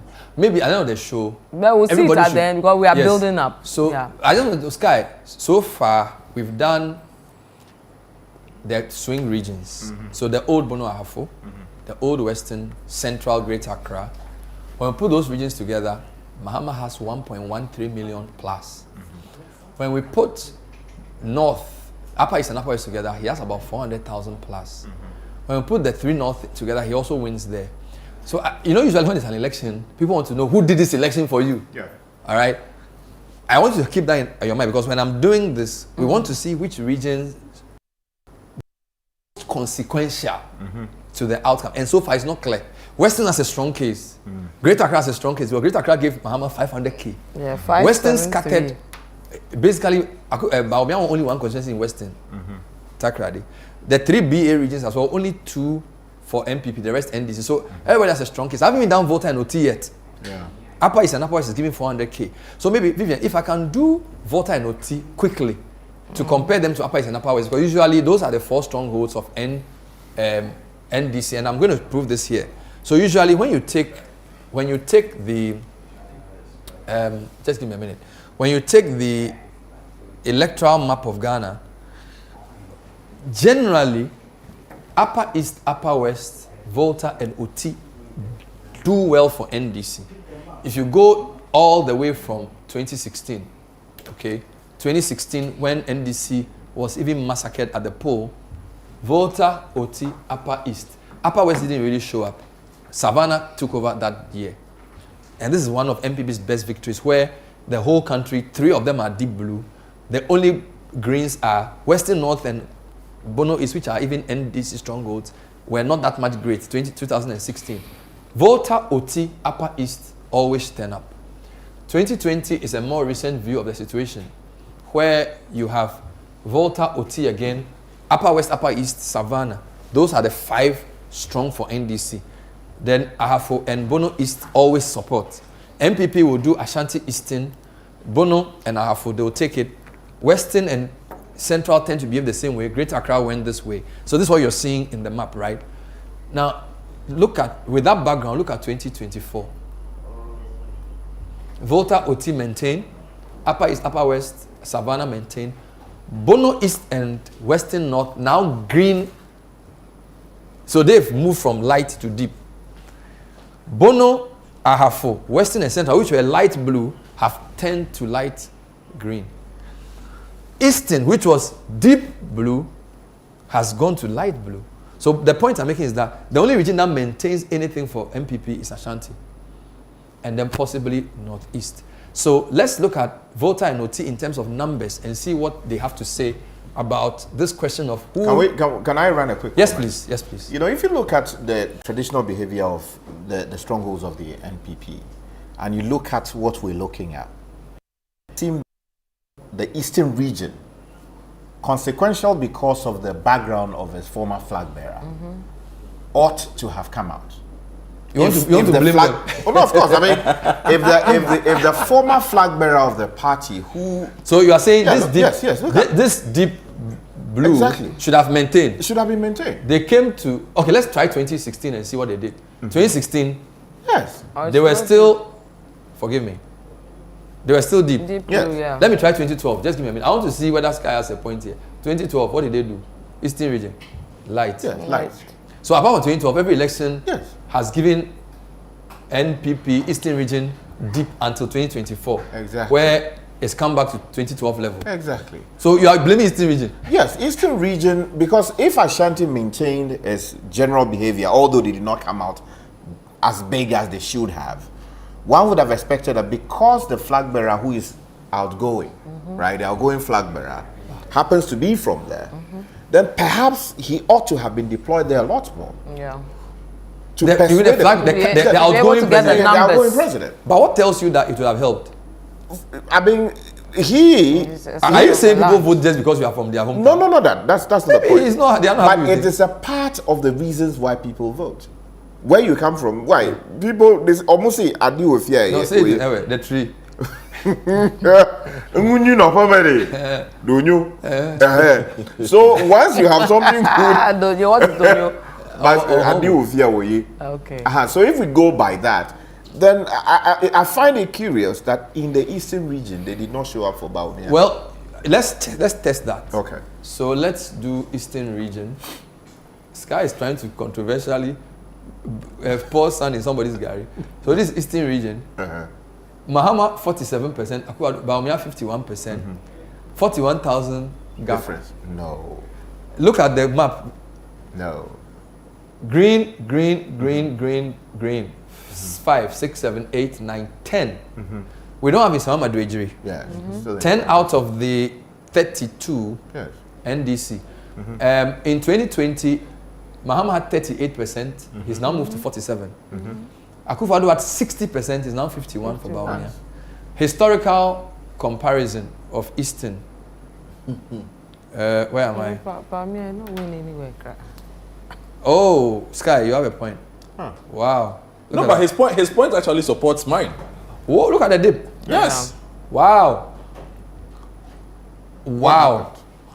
Wow. So Wow. why would they not have realized that Wow. he is not as 60 to popular as 51. the incumbent in his home region, and that there might be the need, as Kai is saying, for perhaps the sitting president to set foot in the region. This is the eastern region of Boachejaku. Yes. And then also of Then push Dambotre. the number. Of But, Dambotre. but the region is didn't work. very heterogeneous. I understand. You remember when we did Heritage Caravan, we met the regional minister? Sky, it's one of the most diverse regions you can get. Yes. That's true. You have Achim, Yes. you have Kwewu, Yes. you have Ekwapim, Yes. you have Krobo, The others, then you have Eves, Yes. then you have a mix, you have Guans, there are ones that which are they have Latte. We are also Yeah. Guans, by Yeah. the way. Then they keep in. I've even mentioned Ekwapim already. So it's a very diverse from hardcore Achim all the way to Eves. There's even a front place north and south. Yes. So you cannot. There's no. You see, it's. I think it's a fallacy to even say that Eastern region needs enough for their candidate because Akufo-Addo is an Achim man. That's That doesn't mean that. Fine, Kwewu's, Achims, and possibly Ekwapims all tend to vote MPP generally. yeah. But Krobos typically do not vote for MPP. Generally, they vote for NDC. The Akosombo area, the Guans, it depends. So, and Okre, a lot of them are Guans. Latte. So I don't even think it's fair to say, it's not like Ashanti where you can say most of the people in the region are Ashantis. Eastern region is a very tenuous characterization. Yeah, it's not, because Obifi Ashanti region are Asantini. But Obifi Eastern region are Eastern. There's even Akwamu there. There's a lot that. So I think the point around Eastern not turning up because of Akufo-Addo, it is a symbolic point at best. But the region's diversity does not endorse that position. Show me Eastern region for Kufuor 96. Yes. Oh, Kufuor had 45 and Rawlings had 53. In the Eastern region. Yes. So Rawlings even won Eastern. One region. Eastern region. Yes. So go to two. I think that for electoral history, let's take Rawlings out. Okay. Because when somebody's been president for almost 10 years, and Exactly, runs let's set him elections, up. So let's do Kufuor. From 2000, So let's do Kufuor. Kufuor 54% in 2000, and Mills had 41. 2004, Kufuor 60%. Yes. Males 38. 2008, Akufo-Addo, his hometown region, he does worse than Kufuor, 57. Right? So Kufuor's, of course, he does better than Kufuor's first, Kufuor's 2000. Yeah. Kufuor's attempt was actually 45. 45. So Akufo-Addo from Eastern region, which I'm saying, Eastern region point is not strong. 57% for Akufo-Addo from Eastern region, 57%. And Akufo-Addo is both Ekwapim and Achim. Because his mother is Achim, his father is Ekwapim. 57 to Mills' 41. 2008 runoff, he actually drops to 56. And Mills goes to 43. So it's not a strong goal. Then 56 in 2012, Mahama wins it 42. He loses the election. He gets 42. Akufo-Addo gets 56. Akufo-Addo's best in the region was 2016. Yeah. 62 to 36 for Mahama. Then Mahama goes to 38. Akufo-Addo comes down to 60. But for Mahama to climb from 38 to 47, that's almost 10% climb. Yes. And Bawumia to drop from Akufo-Addo's 60 to 51, almost a 10% drop. Yeah. It's behaving like a swing region. Bernard, from the 62, Bawumia was on the ticket. 60, Bawumia was on the From ticket. when? From 2008. Bawumia has been on the ticket since 2008. Yes, so 57, he was on the ticket. 56. 56, he was on the ticket. 56, he was on the ticket. 62, he was on the ticket. 60, he's on the ticket. All of it with somebody from Eastern region. the Eastern The region. only time that person is not there. So basically, the entire 2008 to 2024 that he's been on that ticket with an Easterner has had no bearing for him personally. The region is diverse. I understand. The region does not have a monolithic view of people. True. There are even rivalries between people in the region where, I mean, you know this. But there should have been, you know people from the region. yeah, but there should have been consistency at least. Look, if you did this argument for an Ashanti candidate, You would accept it, the region, but not for an East. Vivian, a region with about 7 major ethnic groups or 7. Okay, you see, I don't want to use Akan. I want to use different groups, ethnic group. Achim, Ekwapim, Kwewu, Bernard. Krobo, Ebe. Bernard, you see, Guan. you know the reason I was making the point. As far back as 2010, right? Yeah. The population and housing census showed that 51% of the folks there are Akan. Yes. Right? Then you have Ebao, making 18%. Then you have the Guans making 5.3%. And then the Gandangbe 17%. So Gandangbes and Ebes together are 35%. That's at 2010. Yeah, what, because 2000? 17 plus 8 is 35. Yeah, that's so you have Gandangbes who are Krobos Yes. and Ewes together is 35% of the 35%. region. So how is that a stronghold of? Hold on, that's 2010. Yeah, As of 2021, yeah. the Akan group came up to what? 1.5 million. I don't have the absolute percentages here. The Gandangbe, 528,000. The Ever group, 497,000. So 900K. And then the Guan. So they even close the gap. Yeah. So what I'm saying is, you are supporting my point. No. So the point I'm making is that if you look at it, the traditional base of the party in the region, and if we take it that the flag bearer coming from there carries some weight, right?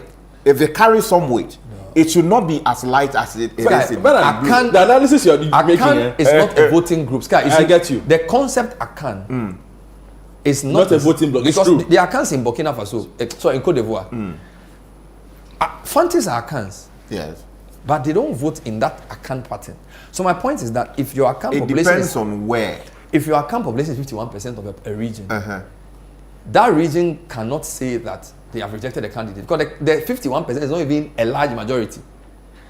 You said Gandangbes are 17, Ewes are 18, so that's 35%. Yes. Of a region. And if you add Guans, that's 40. Yes.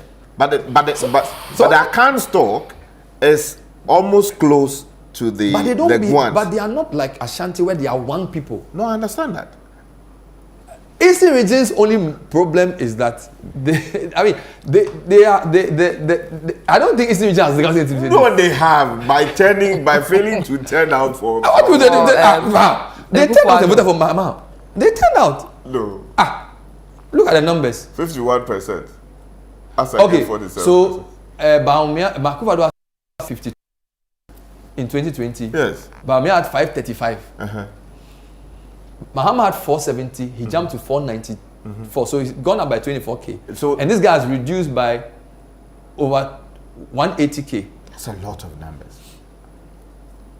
But how do you know who they are? Whether they are. This is the thing. We shouldn't assume that if somebody votes for NPP, it means an NPP voter. No. Somebody can vote for NPP in an election and vote for somebody else. We agree that as a rule, they have 45-45 split. Yeah. Right? If that rule is anything to go by, then you assume that at least 45% thereabout of the people turning out to vote will vote NDC or NPP. Is that correct? You need to repeat that. I didn't go to Oxford.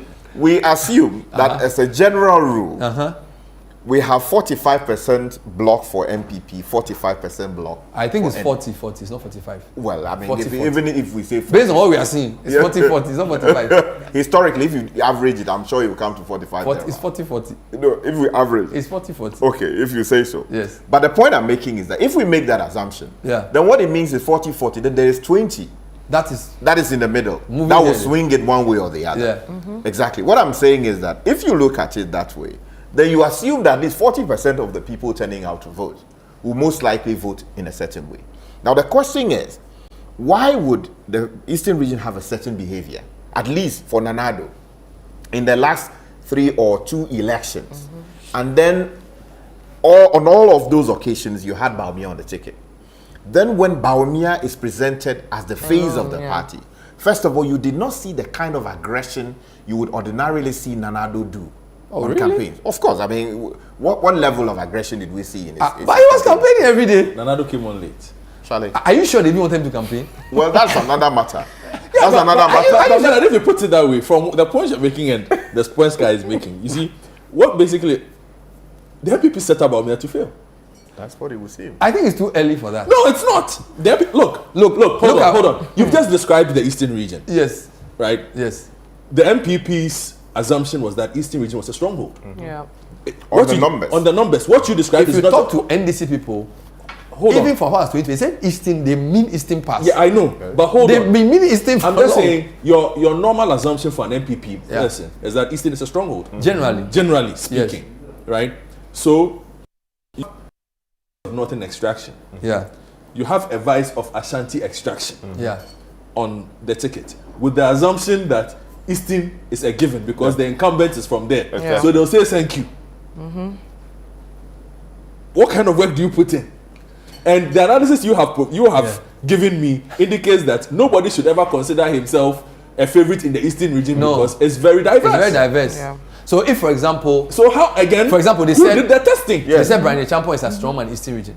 There are about 5 Kwewu constituencies. Abetife, Nkoko itself, Mpraeso, and then a couple.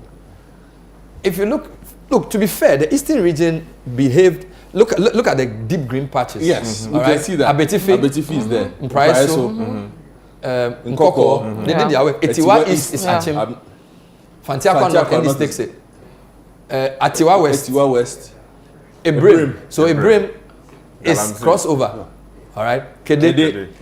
Deep blue. Now we are in Achim territory. Akwetia, then Chembo. Lower West Akim and Upper West Akim. You can't even say because there are a lot of areas there. And you see, Ayesiano for 2 consecutive elections, NDC has had something to say there. Suhum light blue. Suhum was in contention. So Ekwapim areas. So Ebuakwa South. So if you want to be even very honest, look at even the Achim areas. Wait. The Achim places have actually done the work. Let me show you something. Have they? Look at this. All these deep blues, they are Achim constituencies. Yes. Now take the ones that didn't show up. Okay, Ebuakwa South is the only one. Ebuakwa South. Did you just add Ebuakwa South? Yes. Hold on. Ebuakwa South is the light blue. Well, how can the candidates, the former candidates home region, Hometown. home constituency. Go to become a life. Wait, but I'm Where saying that the man served Yeah. on 3 different consecutive occasions. It's like blue. A flag. Yeah. Oh, Light please, blue. Bernard. so let's continue. So the Kwu and the Achim places have done their deep blue. Let's look at the place that NDC had something to say, apart from the regular Krobok areas. It's actually the Kwapim areas, Upper West Akim, Ayensuano, Suhum, Ekwapim South, Okre, Ekwapim, sorry, Nisama Madrid, we don't In have fact, the results. go back to Okre. Go back to Okre. Okre, Jamian. So you see, Okre, that is the home of Danboche. Okre is a border constituency between Guan, Latte, Omanis. That's okay. Okre is not. It's near. Okre is mixed. Yes, It's a mixed bag. but estimate personalities then if we are to make. Okay, look at Koferi. Okay, see. So this is what I'm basically saying. The Ekwapim places themselves. NDC is even winning MPship in the Ekwapim South. I mean, Ekwapim South. Yeah. NDC is winning parliamentary seat there with somebody nobody even knows. Yeah. Or at least you and I don't know. Yeah, those factors we can account for. Show me the presidential. Did the NPP also, the NDC also win the presidential for Nsamu Adwejiri? They didn't finish counting. It's contentious. Okay. So look, Even the presidential. the majority chief whip is fighting for political survival in Sawam Adwejiri. Yes. Where are your Ekwapim constituencies? Ekwapim South, Ekwapim North, in Sawam Adwejiri, and then possibly Suhum. You know so. And Sami Oku, the spokesperson or one of the key guys for Bawumia is in Ekwapim North. So is Dennis Miracle Sabwaji is from Ekwapim North. NDC is winning Ebri Yeah. and is doing temper in Sawam. And Suhum, independent candidate comes in, it's 3-way. So if you are saying that somebody didn't show up for Bawumia, it's not Bernard, what is clear from the 2 hours and a half hours we are spent here? If the MPP is watching, then they should be very careful.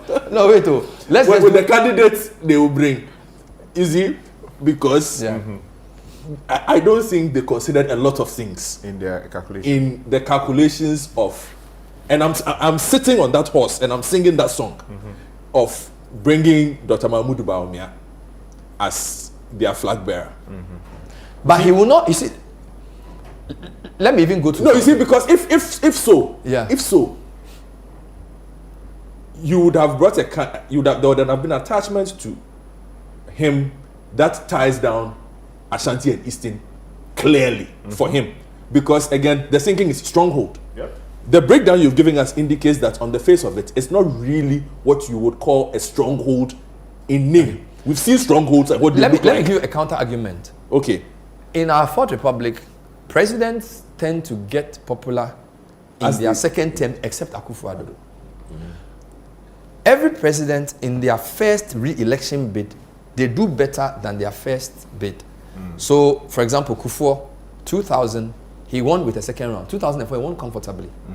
Okay. Mills comes in 2008. Marginal victory. Essentially, he dies 3 months to an election. 6 months. 6 months. Mahama comes and beats a Mills. He wins by a better margin. Akufo-Addo comes in 2016 and wins Big. handsomely. So you'd have expected that trend should mean that his second term should be better. In the second term, NDC halves it. So I'm saying that the candidate is a problem himself. So he's back the trend. He's the only person whose second term is worse than his first. Yeah, but you That's also number one. Then number two, you have now a Mahama who's used 8 years of opposition to form a coalition on the basis of the issues Akufo-Addo has created. So I'm saying that this election was a lot about Akufo-Addo as it was about Bawumia. All right, so Godfrey's argument about Bawumia not being tested.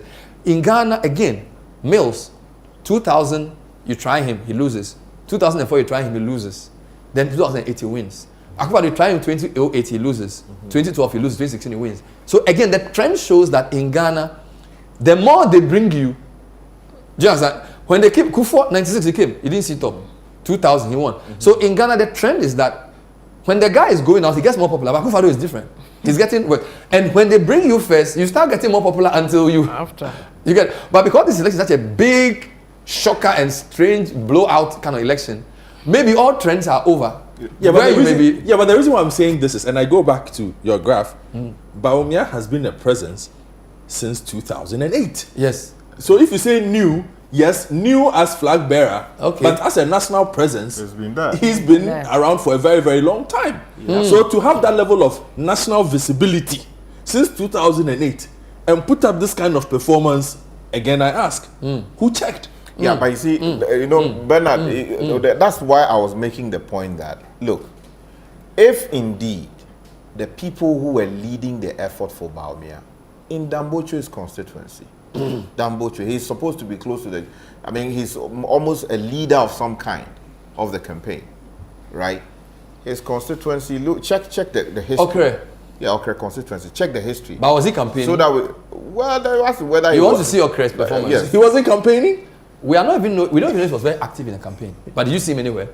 He probably wasn't well. I don't know. From what I'm told, Boakye Jakun was on the ground in the eastern region. Are you sure? Bawumia Jakun. Have you seen the statement you issued? Last week, this week. Unless my good friend this is informed me. Okre has been a cool 60-something with a high of 67 and dropped to 55. Aloski, I think. But why are you blaming? So No, you see, He said that people didn't work. that is what he was saying. Isn't it because they thought they had gotten that? voters want to vote it for was a how done people deal? didn't work. What work? What work should they do? Bernard, the man in his own home constituency. You can check the performance that he himself put up there. Right? Wale. Yeah, Wale. You can check the performance he put up there. So I should move. In I should, Nanado's check Wale, backyard. let's see. Sky, what are you saying? No, let's look at Wale Wale. Let's check Wale Wale. What Sky is saying. Sky is If Sky is what worrying Sky me. is saying comes true in Wale Wale, there's a problem. I don't even know what Sky is saying. Let me try. So he said Wale has now what? Not is it? Is this That's about northeast. Northeast, yes. He said Wale. Find Wale Wale for us. What has Wale done? If Wale Aloski, better pray. No, Wale, he did okay. Sky wants me to do the Wale. Standing on this Have you found it? presidential. It's coming. So you added 9,000. He did okay. No, well, it's a trend. 7,000. I don't know what's happening here. I'll get it for you. It's not coming. You know, because you took me so far, I'm confused. The map is being confused. Yes, yeah, I've researched. Yeah, this guy is always bringing confusion. It's okay. So Northeast. No, sorry, northeast. This is Wale. Look at how. Wait, no, don't talk yet. Wait. Okay. Do historical. before you Historical, talk. good. All right. So, yeah, you're right. Look at the man's. You see, 53 to 61. can you imagine? They turned up for him. Yes, they turned up for him. Now you had people who ordinarily were told, because Dambocho is close to the campaign. We have come in. Forgive me if You keep something, mentioning his name. something, and then also maybe for some reason he was not on the ground. But Accra is looking really light historically. Ebuakwa South constituency, Nanado's constituency, Atachian's constituency. I mean, Sky, there should be some you see, questions to be answered there. I've picked the 3 Mampurugu constituencies, and Bawumia is doing well. But if you add this, that, and that, even though he still wins, it's just 10. When I take these out, these 3 out, the He's gap fine. is He's 18% gap, which is like stronghold level. Yeah, but when that's you add, good. It's okay. there's 3 neighbors, so 1, 2, 3. It's just 10%. It's very That one, I'm sure you can explain it. Oh yeah, of course. So I'm trying to say that the thing there, Charlie, region is not. Where am I? I'm even confused now. You are in the eastern region. Yes. So what's the concluding mark for Eastern region? I'm saying that when you come from Joje Yes. and you are in a race or you are leading an effort there, it should mean something. If I come from Ketu South Yes. or Keta and I'm associated with a particular campaign, it should mean something. Just as you had Danado coming from Ebuakwa South, and the thing is looking light, it raises all kinds of Well, questions. let's end with the. Vivian, where should I go next? No, we haven't done Volta. Oti, We and do Ashanti. Volta, Let's do Volta. then we end with Ashanti. Okay, so Volta. So, they are looking for somebody to That's blame. the elephant in the room. No, Volta was. No, Volta is always deep green. Yes, Yeah. there's nothing. And I just want to see the historical, Sorry, just to just give wrap it to check the. Let me do heat map first. So it's still deep green. Historical analysis for Volta. Where are we? Well, Bring it Rawlings. back up. Nobody has done Rawlings 95 in 96. He had 94.5%. Second best Volta in 2012, 91 Mahama. So even this is 89. Yeah. So Mahama's 2012 was much better, but 89 is okay. It's 90. because all these are below 90. So you can say 89.69 is 90. Yeah. So Volta did what they had to do. But the the margin is almost 500K. Yes. Yeah. But this is the Greater Accra's margin for Mahama is more than Volta's margin. Yeah, that's Greater Accra true. gave me 573,000. Now let me add OT and C, or let me do OT separately first and then see whether there's anything to read about OT before I add Volta to it. So OT, 95K margin. Do I have a heat map there? Yes. So OT again, historically the highest was 68% in 2008 runoff, 67. So they've done very well. Add Volta to OT and see what gap you get for the raw numbers. If you add Volta to OT, 588. Guys, look at this. Greater Accra was 573 for Mahama gap. Volta and OT together is the same, 588. So Greater Accra has been so greened that it's behaving like Volta. Volta and OT together. Who would have ever thought that Greater Accra region, of course, the population is big. Yeah. But again, look at the percentage, 83, so that's much higher. Because in Greater Accra, Mahama had 63. Okay, so which is always important to use percentage and not just raw numbers. 83% in Volta, but 63 in Greater Accra. Yeah. But for a gap, 588 and 573. 573. You know when we started this show, you did an Ashanti show where Ashanti swallowed up everybody. I'm going to do that again, and Ashanti will not do anything this time around. Show me. So one of the best shows we Ashanti did was like 500. was when we said that in previous elections, how many regions you need to take to close an Ashanti gap of 1 I million? remember that yeah, show. yeah. Good. I think 2016 was crazy. You Yeah. needed so many. So So many regions, regions, yes. almost every Well, region. 2024 is not like that. So let's take Ashanti. 47 constituencies declared Hafuano North is not part. Everybody else is there. Oh, Charlie. All right, everybody else is there. So far, NDC has won presidential. The usual suspects, Seshafan Plains, they took it. They took Ejura Sechejumasi. They added Ofinso North, which they only had one in 2012. They've added Ofinso North. Guys, they've added two of the Hafuano Southeast, Hafuano Southwest. All right? Forgive me, I'm going to come back. Just give me a minute. So, the Ashanti performance of NDC itself, even before going into the numbers, is interesting, right? They've won so 1, 2, 3, 4, 5 up there, and they've won 2 here. Who are these 2? New Adibiasi, they usually do. That's normal. And they've added Akrofu. Yeah. So 1, 2, 3, 4, 5, 6, 7. Parliamentary wise, which we'll do later. So that's the first big story. Then as someone say, so NDC has won 1, 2, 3, 4, 5, 6, 7, 8, 9. So NPP is already on 30 something. Because usually they, and NDC will do 4 or 5, 4 or 3. Generally 3. Yeah. So they've taken a Krofum. Parliamentary, we are told they've even taken Adansia Sokwa. You've added the Hafuano, you've added 2 of the Hafuanos. Ofinso North is back there. Then you have, by the way, these are all fringe Ashanti areas. Now, this is the big story. 600,000. Mohammed's trend, he's never gone above 30 in Ashanti. Dude is doing 33. All right, so let's do historical for Ashanti. All right, check it out. The best NDC in Ashanti was Rawlings, 32.7. Everybody else, 21, 20, 26 in 2008, 28 in 2012, best 23. So does this view that NDC needs to go about 25? 26.4, 2020. 33.46. Yeah. Right? Again, voter numbers. 653K has gone to 699K. So that's basically 46,000 more voters. So this is what the people are saying from Bawumia's side. From 1.7 million to 1.3 million. Major dip. So that's just a 400K Dip. That's Dip. significant. right? But Almost 500,000. even if you give him those 400,000 here, he still loses the national election. Yeah, that's So if he still gets the votes that turn up for Akufo-Addo regularly, and you add it to his vote, because of Greater Accra, Western, everywhere Because of the dip else. everywhere So the else. point is, even to blame Ashanti is not fair because they just did 400 dip.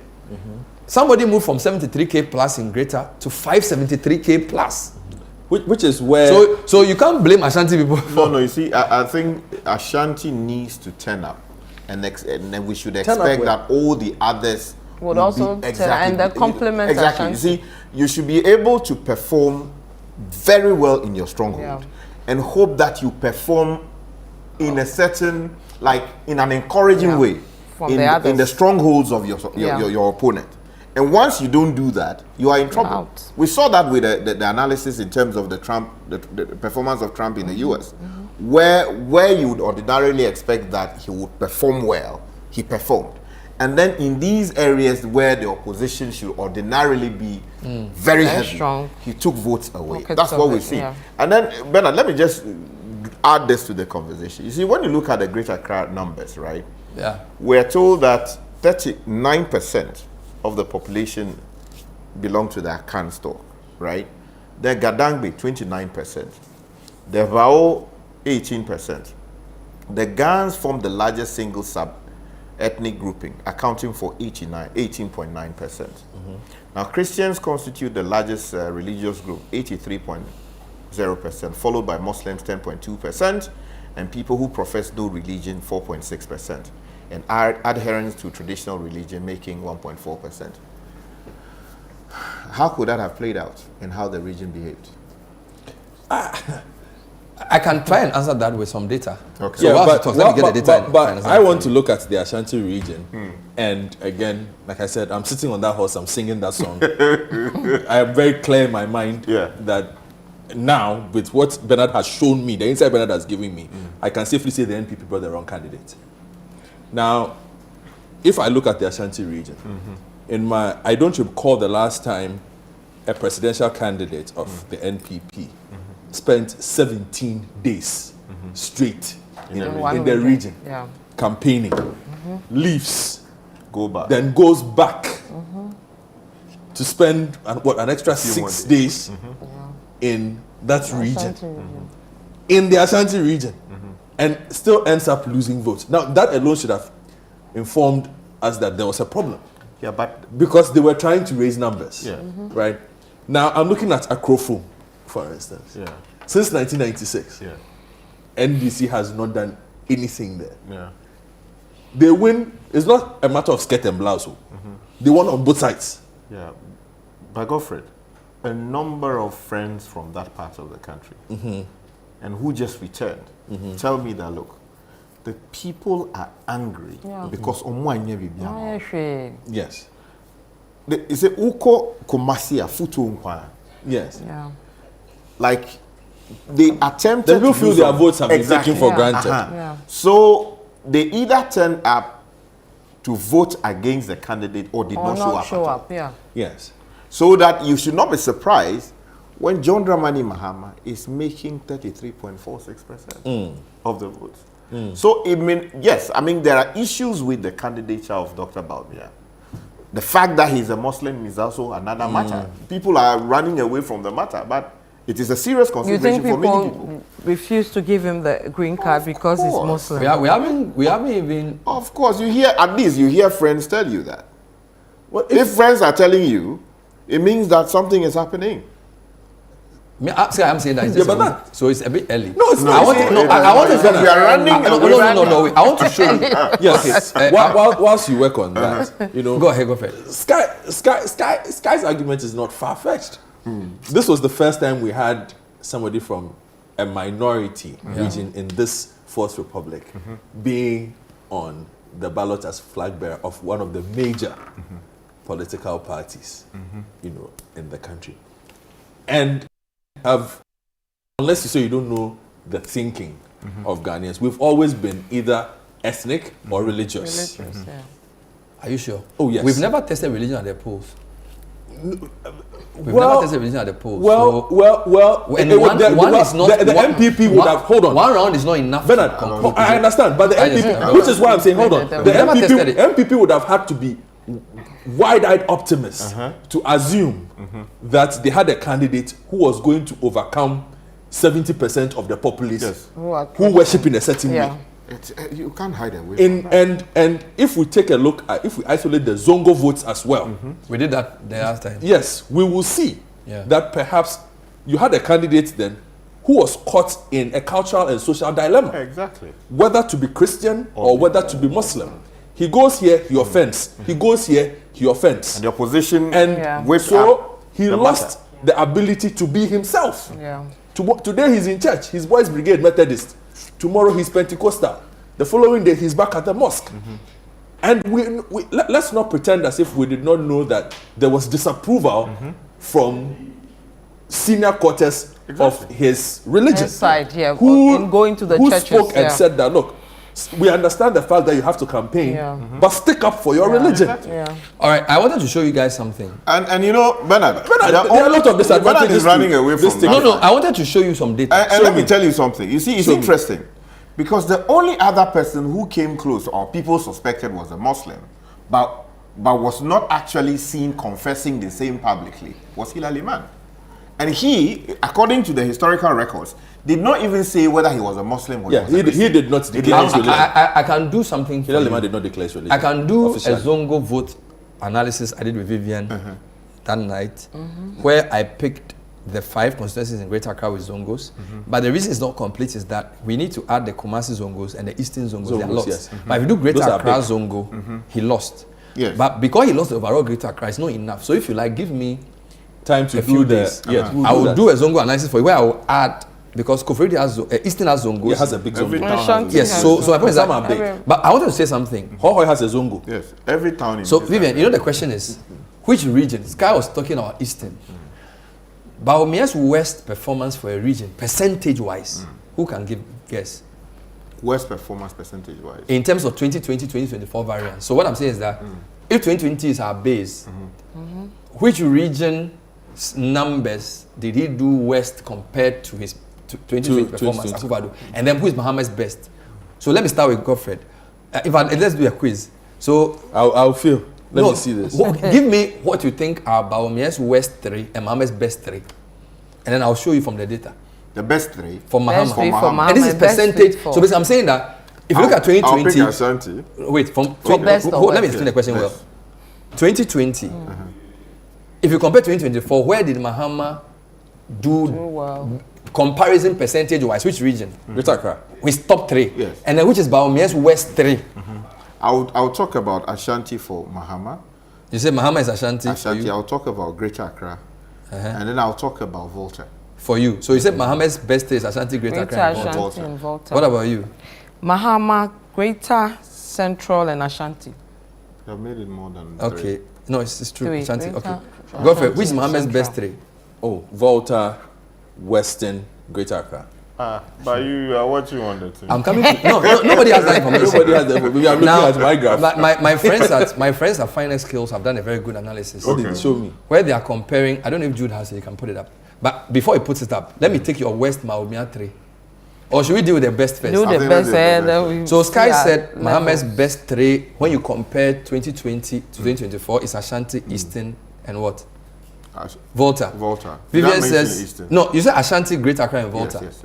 And then you said Greater Accra, Central, and Ashanti. And then you said Volta, Central, and Greater Accra. Mohammed Western. and Western. Yes. Mohammed's best, when you compare 2020, is Bono. Okay. He had a 16% increase in Hike votes there. in Bono. His second best is Ahafu. Ahafu 12%. And his third best is Nothing, Nothing. Okay. where he had 11%. Yeah. The other one that comes close is 8% in Upper East. So Mohammed's best 3 regions, Bono, I have. when you compare this election to last election, is Bono 16% growth in votes, Ahafu 12%, and Upper then East. Upper Nothing. Nothing 11%. Now let's do the guess for Bawumia. West 3. Go on. Now I'm asking you now. No, Just tell us. since you have information, Yes, tell us. Because Sky was doing some history reading No, it's something. okay. Tell us. No, just Guy has repented. Oh, No, I'm not repenting. As for that information, it is true. I will die on it any day. The people did not turn out for the man. It's an And I agree with you. So let's repeat this. Just tell us. Comparing 2024, Mohammed's best three performers for him were Bono, Ahafo, and Northern. Yeah. 16, 12, 11. It's not raw numbers, just percentage growth. Yes. Okay. Guess Bawumia's West decline.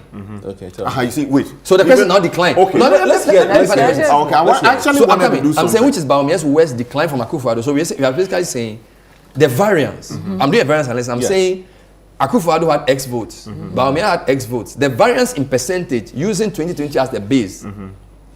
Which of them gave him the West? So quickly, his best was Northeast. He had a 10% growth in votes. Okay, We that's just saw his that. place, yes. Which three regions do you think Bawumia did West when it comes to variance? Very nice. Yes. Maybe Greater Accra should be there. Okay, that's Sky. Great Accra. Who else? I think Western should be there. Western. Ashanti Perhaps- should be there. Yeah, Ashanti. No, yeah, this is Sky. no. So let me do Okay, Vivian. okay. So Sky, what's with Great Accra, Western, and what? Should I add? Maybe I should add Ashanti. I'm playing around Western and You see, Ashanti. you are using popular views. Focus on the data. No, yeah. The first one should tell you that it's not popular view. Think about Ashanti. Okay. Now, I'm saying this because these guys haven't looked at numbers as I have. So These are I'll the- pardon them. These are just your first time thoughts. Vivian, which three- Ashanti, who would I give for Ashanti. the second one?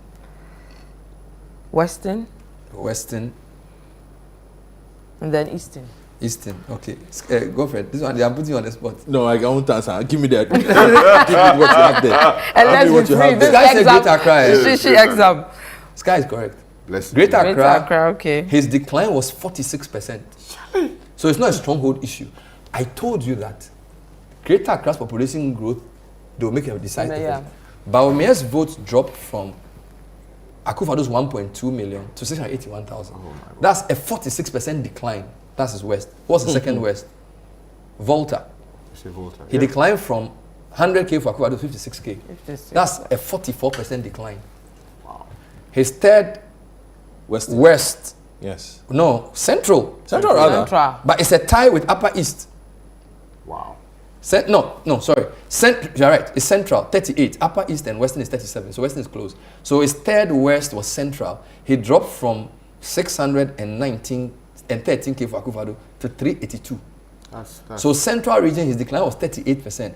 Western and Upper East are tied fourth. So you mentioned Western. You also mentioned Western, 37. And his declines are in the teens. So for example, Greater Accra, he declines 46. Volta, he declines 44. Central declines 38. Western and Upper East declines 37. Eastern, he declines 34%. Same as Bono. Wow. He declines Savannah 30%. Western North 29. Upper West 26. The only place he improved was Northeast 10%. Northern declines 10%. Whereas Mahama increases in Bono 16%, increases in Ahafo 12%, increases in Northern 11%, increases in Upper East 8%, increases in Ashanti 7%, increases in Western 6%, Central 4%, increases in Upper West 3%. The only place Muhammad declines is Savannah, his own region. He declines by 7%. Wow. And then he declines in Greater Accra by 5%, where we say the turnout issue. So even though he Open the gap. his decline in Greater Accra is 5%, and his decline in Volta is 4%. So if anybody Bawumia, can how say much did it decline in Ashanti? Mahama. No, Bawumia. Bawumia's decline in Ashanti, good question, is 24%. So it's not even an Ashanti question. Yeah.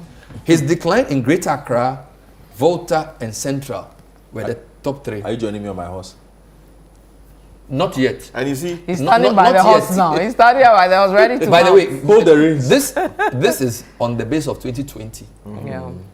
And this is also without 9 constituencies. Yes. So the 9% may change something. but for this election, the region that can say we did the most for Mahama is Bono region. You remember I showed you the blue. You've answered the question. The blue 35 for Bono East. The Bono East. So- And as you don't get it from Bono. Yes. Sekwa. Yes. So Bono and Ahafo are in the top 3 of Mahama's best performers. Let me tell you saying something. percentage Bono wise. and Ahafo. As you don't get it from Bono. Yes. Right? But yes, when she side. And the Sekwa, third his village one, is I don't Sekwa. see. Bono, Ahafo. So and where? Mahama's wife is from Kranza. Asiedu Nketia is from Bono. Sekwa. Sami Jeffrey is from Bono. Yes. Ahafo is where Eric Opoku is from. So the It showed up. so the Bono percentage increase for Mahama 16, and then Northern. So Ahafo is 12. Bono is, by the way, because it's such a strong place for them, it's also a 1% increase. Yep. So just maintain. Northern 11%. That's another story. Because Northern is where you can say Mahama is Savannah, Yep. Bawumia is Northeast. Northeast, So yeah. Northern is like where the playground is, and middle. Mahama is gaining 11%, and Bawumia is losing 10% in the north. See. So this Haruna is spent a lot of time there. Time there. Because so basically there throughout. so Where the I'm sure the Ramasito personalities will be smiling. You see, Like, where it's- the personalities come from matters. And it's not just that. It's also the deployment of the resources, of the deployment of the personnel, and where they come from. I'm happy you mentioned where these persons are from. You remember the first time we did this, I spoke to you about the deployment of stars, and by stars I just mean people who have crowd people who pulling. have crowd pulling abilities. And if you look at the NDC on this campaign, look, yesterday I was talking to somebody from Hohoi, for instance. Says during the campaign, Lordina Mahama came there twice. Hokwe. Hohoi. Twice. We didn't even see a lot. Esedun Ketia was there 3 times. She came to open us. Hokwe. Yes. Mahama was there You know why she twice. opened the Are health you bus- serious? The maternity. Yeah, bus. No, listen to this. Mahama was Lordina there was in Hokwe twice. twice. Asini Ketia was there 3 thrice. times. Mahama was there twice. Twice. How many people are there? Every MP in the Volta region Was there? had to pass through To remove Amewu to just bring. to get rid of Amewu. Now, Wow. in reverse, I asked, what about the NPP? Who came? Volta Caucus basically said we don't want. We don't any- want. Yeah. So I asked, said Bawumia passed through for 20 minutes to greet the chief. Are you serious? Yes, and left. Where are the other big boys? Where are the other big boys? You understand? Now if you look This at is serious. Oh. Yeah. the way, So is it the candidate or the campaign? You see, no, it hold is on. about the candidates, the people, the massive factors within. If Lordina, And where they find Asiedu Nketia, Mahama, and Volta Caucus are going to Volta Hokwe, Caucus And because one it Hokwe, matters- it matters and to them. Mahama spent 25 minutes Yes. there.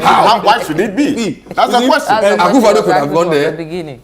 and so The vice Samira could presidential have gone. candidate could have gone there. and I'm coming. Napo could have gone. Yes. Let's reverse that. Now they had the NDC on their side had a lot of persons who had crossover effect in terms of campaign. They could campaign in different regions. I'll give it. Could Wontumi have campaigned in Accra? No. No, nobody. Nobody will mind Nobody him. will mind him. Could he have campaigned in the Volta region? No. Nobody will No. mind him. Could he have campaigned in the Western region? I'm not sure. No. Sure. Central. His might is in one region. Ashanti. Ashanti. He's the big boss there. You Meanwhile, understand? Sami Proper Jemfi campaign. and Cassiel were in Ashanti. Ashanti and They were other in places, they were yeah. And they cross over all kinds of places. into those spaces. Yeah, you're right. So MPP have names, but that they could not deploy Samir Oku the Restricted. way they wanted to deploy. Because he had Oku. to be with- because Oku had to be with. Sami Oku could have gone to some of these He had places. to you be are with the mentioning. candidates at all Bawumia, points. yeah. So now you had Miracles being the face of the campaign everywhere, Everywhere. nationally. But Miracles, perhaps outside of the Eastern region, Eastern region. No, might, he even though doesn't he's have the visible clout. on He's not TV, known. Yeah. it's not known on And the the other ground. characters like Kwame Japan had to also be with. With the Yes. candidates. Now here What you about are. Kennedy? If you look at the roll call of the NDC deployed Bandi, Mustafa Bandi, Who has some leaning to the Volta region? too. deployed everybody there was to deploy. You're right. 3, 4, 5, 6 times over. So they had a large pool. They even did to the select work. from. I'm not saying the NPP didn't deploy, Sami Jemfi and his people but they just didn't work have a wide in enough pool Bantama. to impact, A especially month ago, I was shocked. Yeah. Bernard. And here's the worst part. So you have a small pool for a candidate who has not been able, who on the face of it now did not look to be nationally popular, And they didn't get the support, you think? with a running mate who had no impact outside of his own region. But his wife was campaigning a lot. In the Greater Accra The region. no. You forgot Samira was campaigning. She did a lot of work among the girls, the women, and Hold things. on. If you take Lordina's campaigning power, But Lordina wasn't that visible. who told you on this She campaign? was on the ground. Lordina. She was just on the ground. What about? No, so you haven't even mentioned Jane. Jane. You haven't even mentioned who- Jane. who was Did a lot of retail Central and all campaigns. these retail campaigns. Yes, who was doing the retail campaigns as you have described it. So you put all these factors together. Now we look on with the numbers and the insights you've given us, and you look at it. This was a losing campaign. So do you? And it was bound to lose. Are you saying that? Are you saying they set him up for failure? I'm saying that the NPP over the past few years did not prepare properly for this election, and in the end got caught out. With all the commissioners. That would those Those also help. So let's leave it. So there are two Open things here. new So the things issue that we of still lost whether in he was the wrong 2016 candidate, election. whether he was set up to fail, and I think we can leave that and debate it later because you see, No, true. from the points I've heard today, part of me is saying that he didn't get the support in his own party he should have gotten because he just gave me an example of how NDC I was campaigned. Yes. campaigning, yeah. Clearly, NPP didn't have the same fight, but he had more money. They had Yeah, more but it's not airtime. about money. But they were on air. It's Everywhere. about going to the people. If they are at the funeral, you are there with them. If they are doing outdooring, you are there with them. If they are doing free ceremony, they've gone to learn hairdressing and they want to graduate, you are there with them. Do you see what Egypt Kudoto has been doing? Yeah. The Volta region. Every single weekend, he's in the Volta region. Every single day, he's there. Oh, I'm attending this funeral. I'm attending this graduation ceremony. Yeah. Those things matter. Who did that for Bawumia? But you see, the question is, so the question hasn't been resolved. Is he the wrong candidate or did this party set him up to fail? We are not I sure think- yet. no. The data is not clear. You are not sure. I am sure. Yeah. Yes, speak for yourself. On the facts. On the facts of it, I think so. Look again. So on the facts, he's the wrong candidate. Hold on, I'll give my own Ablikuma West. Because Kai says he You was have set an up to fail. unpopular MP Yes. That was who what- is going to campaign for a candidate who is not that popular. How is he going to win? And then you have Chenche. And you have who is so Chenche. comfortable. Who is so comfortable. He's now campaigning coming to in other cause places. So you now see the problem you would have in Ablikuma West if we were to take that. I get your point. Because the MP is not very popular. You have the candidate who is not that popular. The MP cannot campaign for the candidate because she herself, she can't enter places. I'll tell you something. The point Scar was making. So I think the one of the best tools campaigning tools Esla would have had would be George Bray, the MC. Yeah. Very personable young man. Yeah. He's visible. We even call him on air and laugh at him sometimes. George Bray shows up, he will talk to you. Yeah. Once. Did he But- campaign for Islam? Yes. But the point is, George Bray is the MC. How much campaigning can he Can do? you do, yeah. I live 200 meters, and I made this point of time. I live 200 meters from one of Esla's main offices, Eslosu's main offices. Bernard, in the enclave that I live in 12 years, nobody has seen Madame Eslosu before. Wow. What did she get in that polling station? She lost. And it's the first The time. polling station that her office is. Yes, Yes. and it is the first One of time. her offices. That is one of the offices. It is the first time that of the full, and I showed you the numbers, that the MPP Has not won that has polling not station. won in those enclaves. In fact, she lost so bad, and the police station on her mother's street, she lost. Oh, Jesus. So you see. That is how bad. But you haven't answered the She question. lost. He is saying that he thinks it was a wrong candidate. I'm saying when I listen to you carefully, part of you is saying he probably didn't get the help he should have gotten. Yeah. Part of you is also saying that maybe he was the wrong candidate, but we are not sure. So you are not sure what you are saying. No, you see, the reason I don't believe that there is necessarily a wrong candidate. Yes, I don't believe that. Of course, I go with people who say that you cannot have a minority ticket and expect to win. Yeah, I get it. So you need to balance it You need to balance strong. it like, with a strong force from somewhere. Okay, yeah. So if you go with minority, you will lose the elections. But given where he is from and who was added to, you see, a lot of things just went wrong. Because look, I honestly, everything in me tells me that I don't think Bawumia ought to have gone for Matthew Opoku Prempeh. Brilliant as he is, solid as he is, workaholic as he is, and all the things he has going for him as a person, demanding that work be done. That aside. He was to whip up the base. Exactly. Let's check the base. Ashanti. You've checked. Bawumia lost 24%. Mahama gained 7%. They didn't even care that the person coming from them will be the vice president. What is unusual? Maybe they should make him the candidate. No, which is unusual. The best didn't base. See the opposite. No, guys, let's be fair. When Mills started, you see, it takes time. Mills' first running mate was Martin Amidu in 2020. They lost in 2000. Then he brought Kumbungu MP. They still lost. It was when he brought John that they won. Even that only just. Yes, a number of factors came into play. Well, yeah, but I'm not saying that. Yeah, they won. Just their running mate point. This is the first time you had a running mate from a major ethnic group trying to whip a base. Usually, running mates are just complementary. Yeah. And that alone should tell that the candidate had a problem. Because if you need a running mate to shore up your base, do you get me? Usually, running mates has to pay paper over the cracks and work where you are weak. Yeah, but you see. But if your running mate is the one who's supposed to now bring up the full numbers. But Bernard, look at it this way. Mills won the 2008 elections. Many people argue because of the likability beyond him of John Dramani Mahama. Yeah. Now do the reverse. Bawumia does not repel people largely because he's a likable guy. The middle class people like him, nice character. The running mate. What of the running mate? But the point is that that's what I'm saying, that the calculation was for base, because in the analysis, Yeah, but the base there didn't were people who wanted more crossover people. For example, they think the education minister was that. Yes. But you see, for me, the question for the election is not about who the candidate is. The question for election is about what the people. The referendum on Akufo-Addo 8 years is that. Don't forget, I've told you that no president's second term votes like Akufo-Addo is the only president whose 2020 was worse than 2016. Yeah, but so the whole thing was about we are tired of Akufo-Addo. We don't want anything to do with NPP. We are going back to Mahama. You think? Hold on. You think any other candidate apart from Mahama represents the NDC and causes and gives this decisive kind of victory? Is that what you're saying? I also think that because of Mahama's experience, and mind you, so there are a mix of things. See, don't forget that my theory is that in times of economic crisis, globally people want. There have been 8 elections in the world, apart from India. Opposition parties have won, and of those oppositions, we have Lula and Trump. Yes. So the wave is not just a question of almost national. So I'm saying that when people don't forget 2022's inflation, when people are in economic crisis, they want steady hands.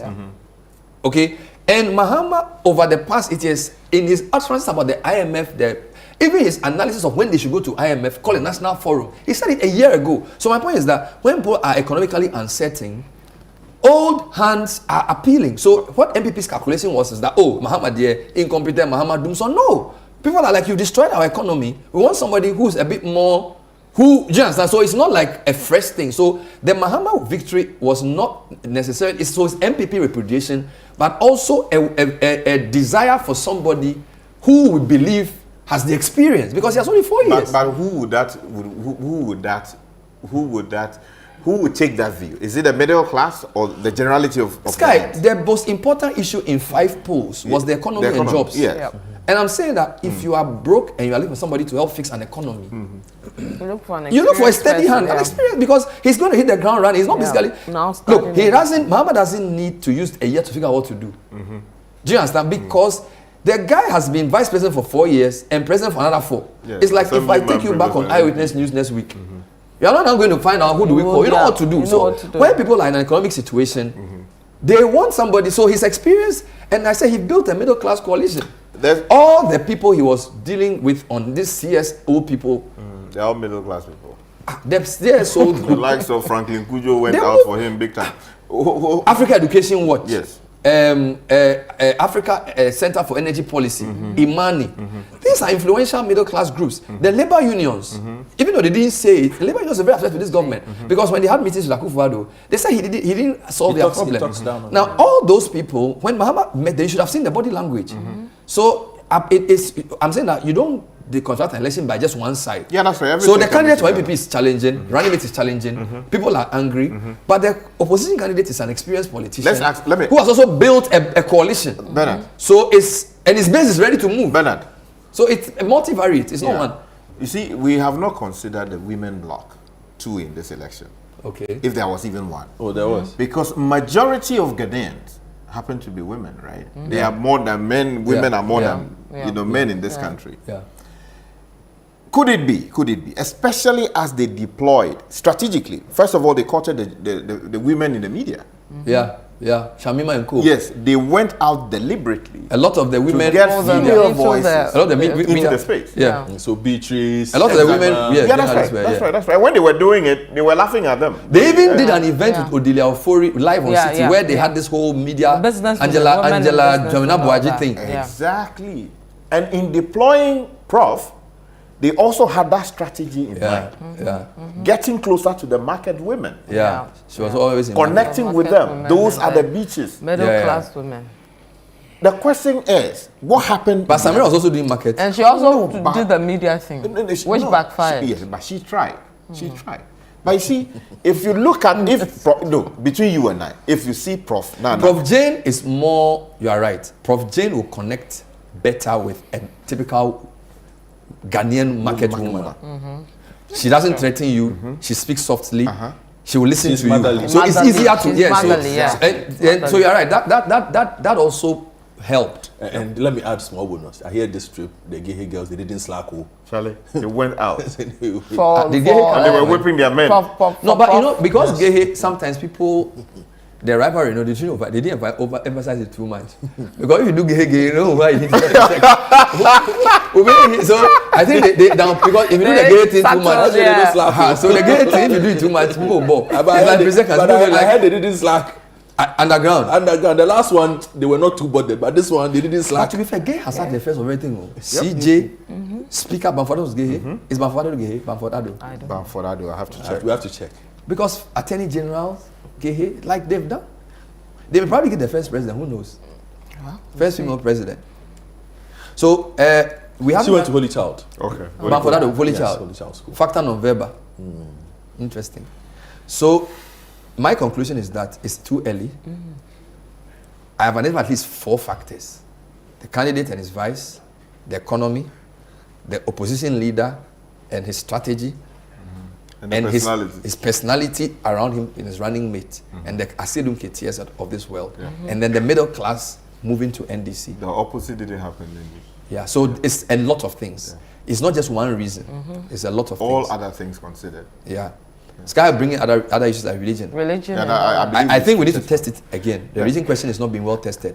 One is not good enough as a sample. Because when you have a person like Sam George go out to say that the man is a religious prostitute, he doesn't know where he is. Come out that much. It was the did the LGBT thing, on the ground.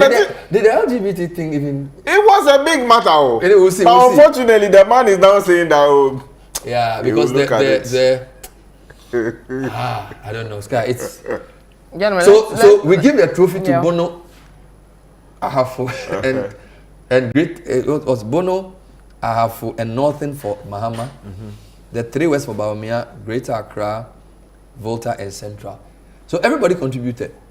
Oh yes, so I think it was a truly everybody contributed to this great team effort. Yeah, from the whole country said enough is enough. The NDC who did, I think they did the work of campaigning and politicking in this particular election. I mean, because to turn, like I said in my introductory statements, to turn around Mahama post 2016, Charlie, and from -2 to give him this kind of mandate, it's deadly. Somebody did work. Respect, and then somebody also did the work. Volta region. Somebody did come out the way they did, well in excess of what Jerry Rawlings even got. I just showed you that that's not true. Yes, you just showed it. You showed it. Volta. Yeah, Volta. You said that Mahama did better. Yes, until only Rawlings did better though. No, even when you... Rawlings there. Rawlings there. Don't go there. 93. Rawlings there. Not 30. Charlie, Rawlings there. It be serious. If you even ask 92, Rawlings. Jerry Rawlings is deadly.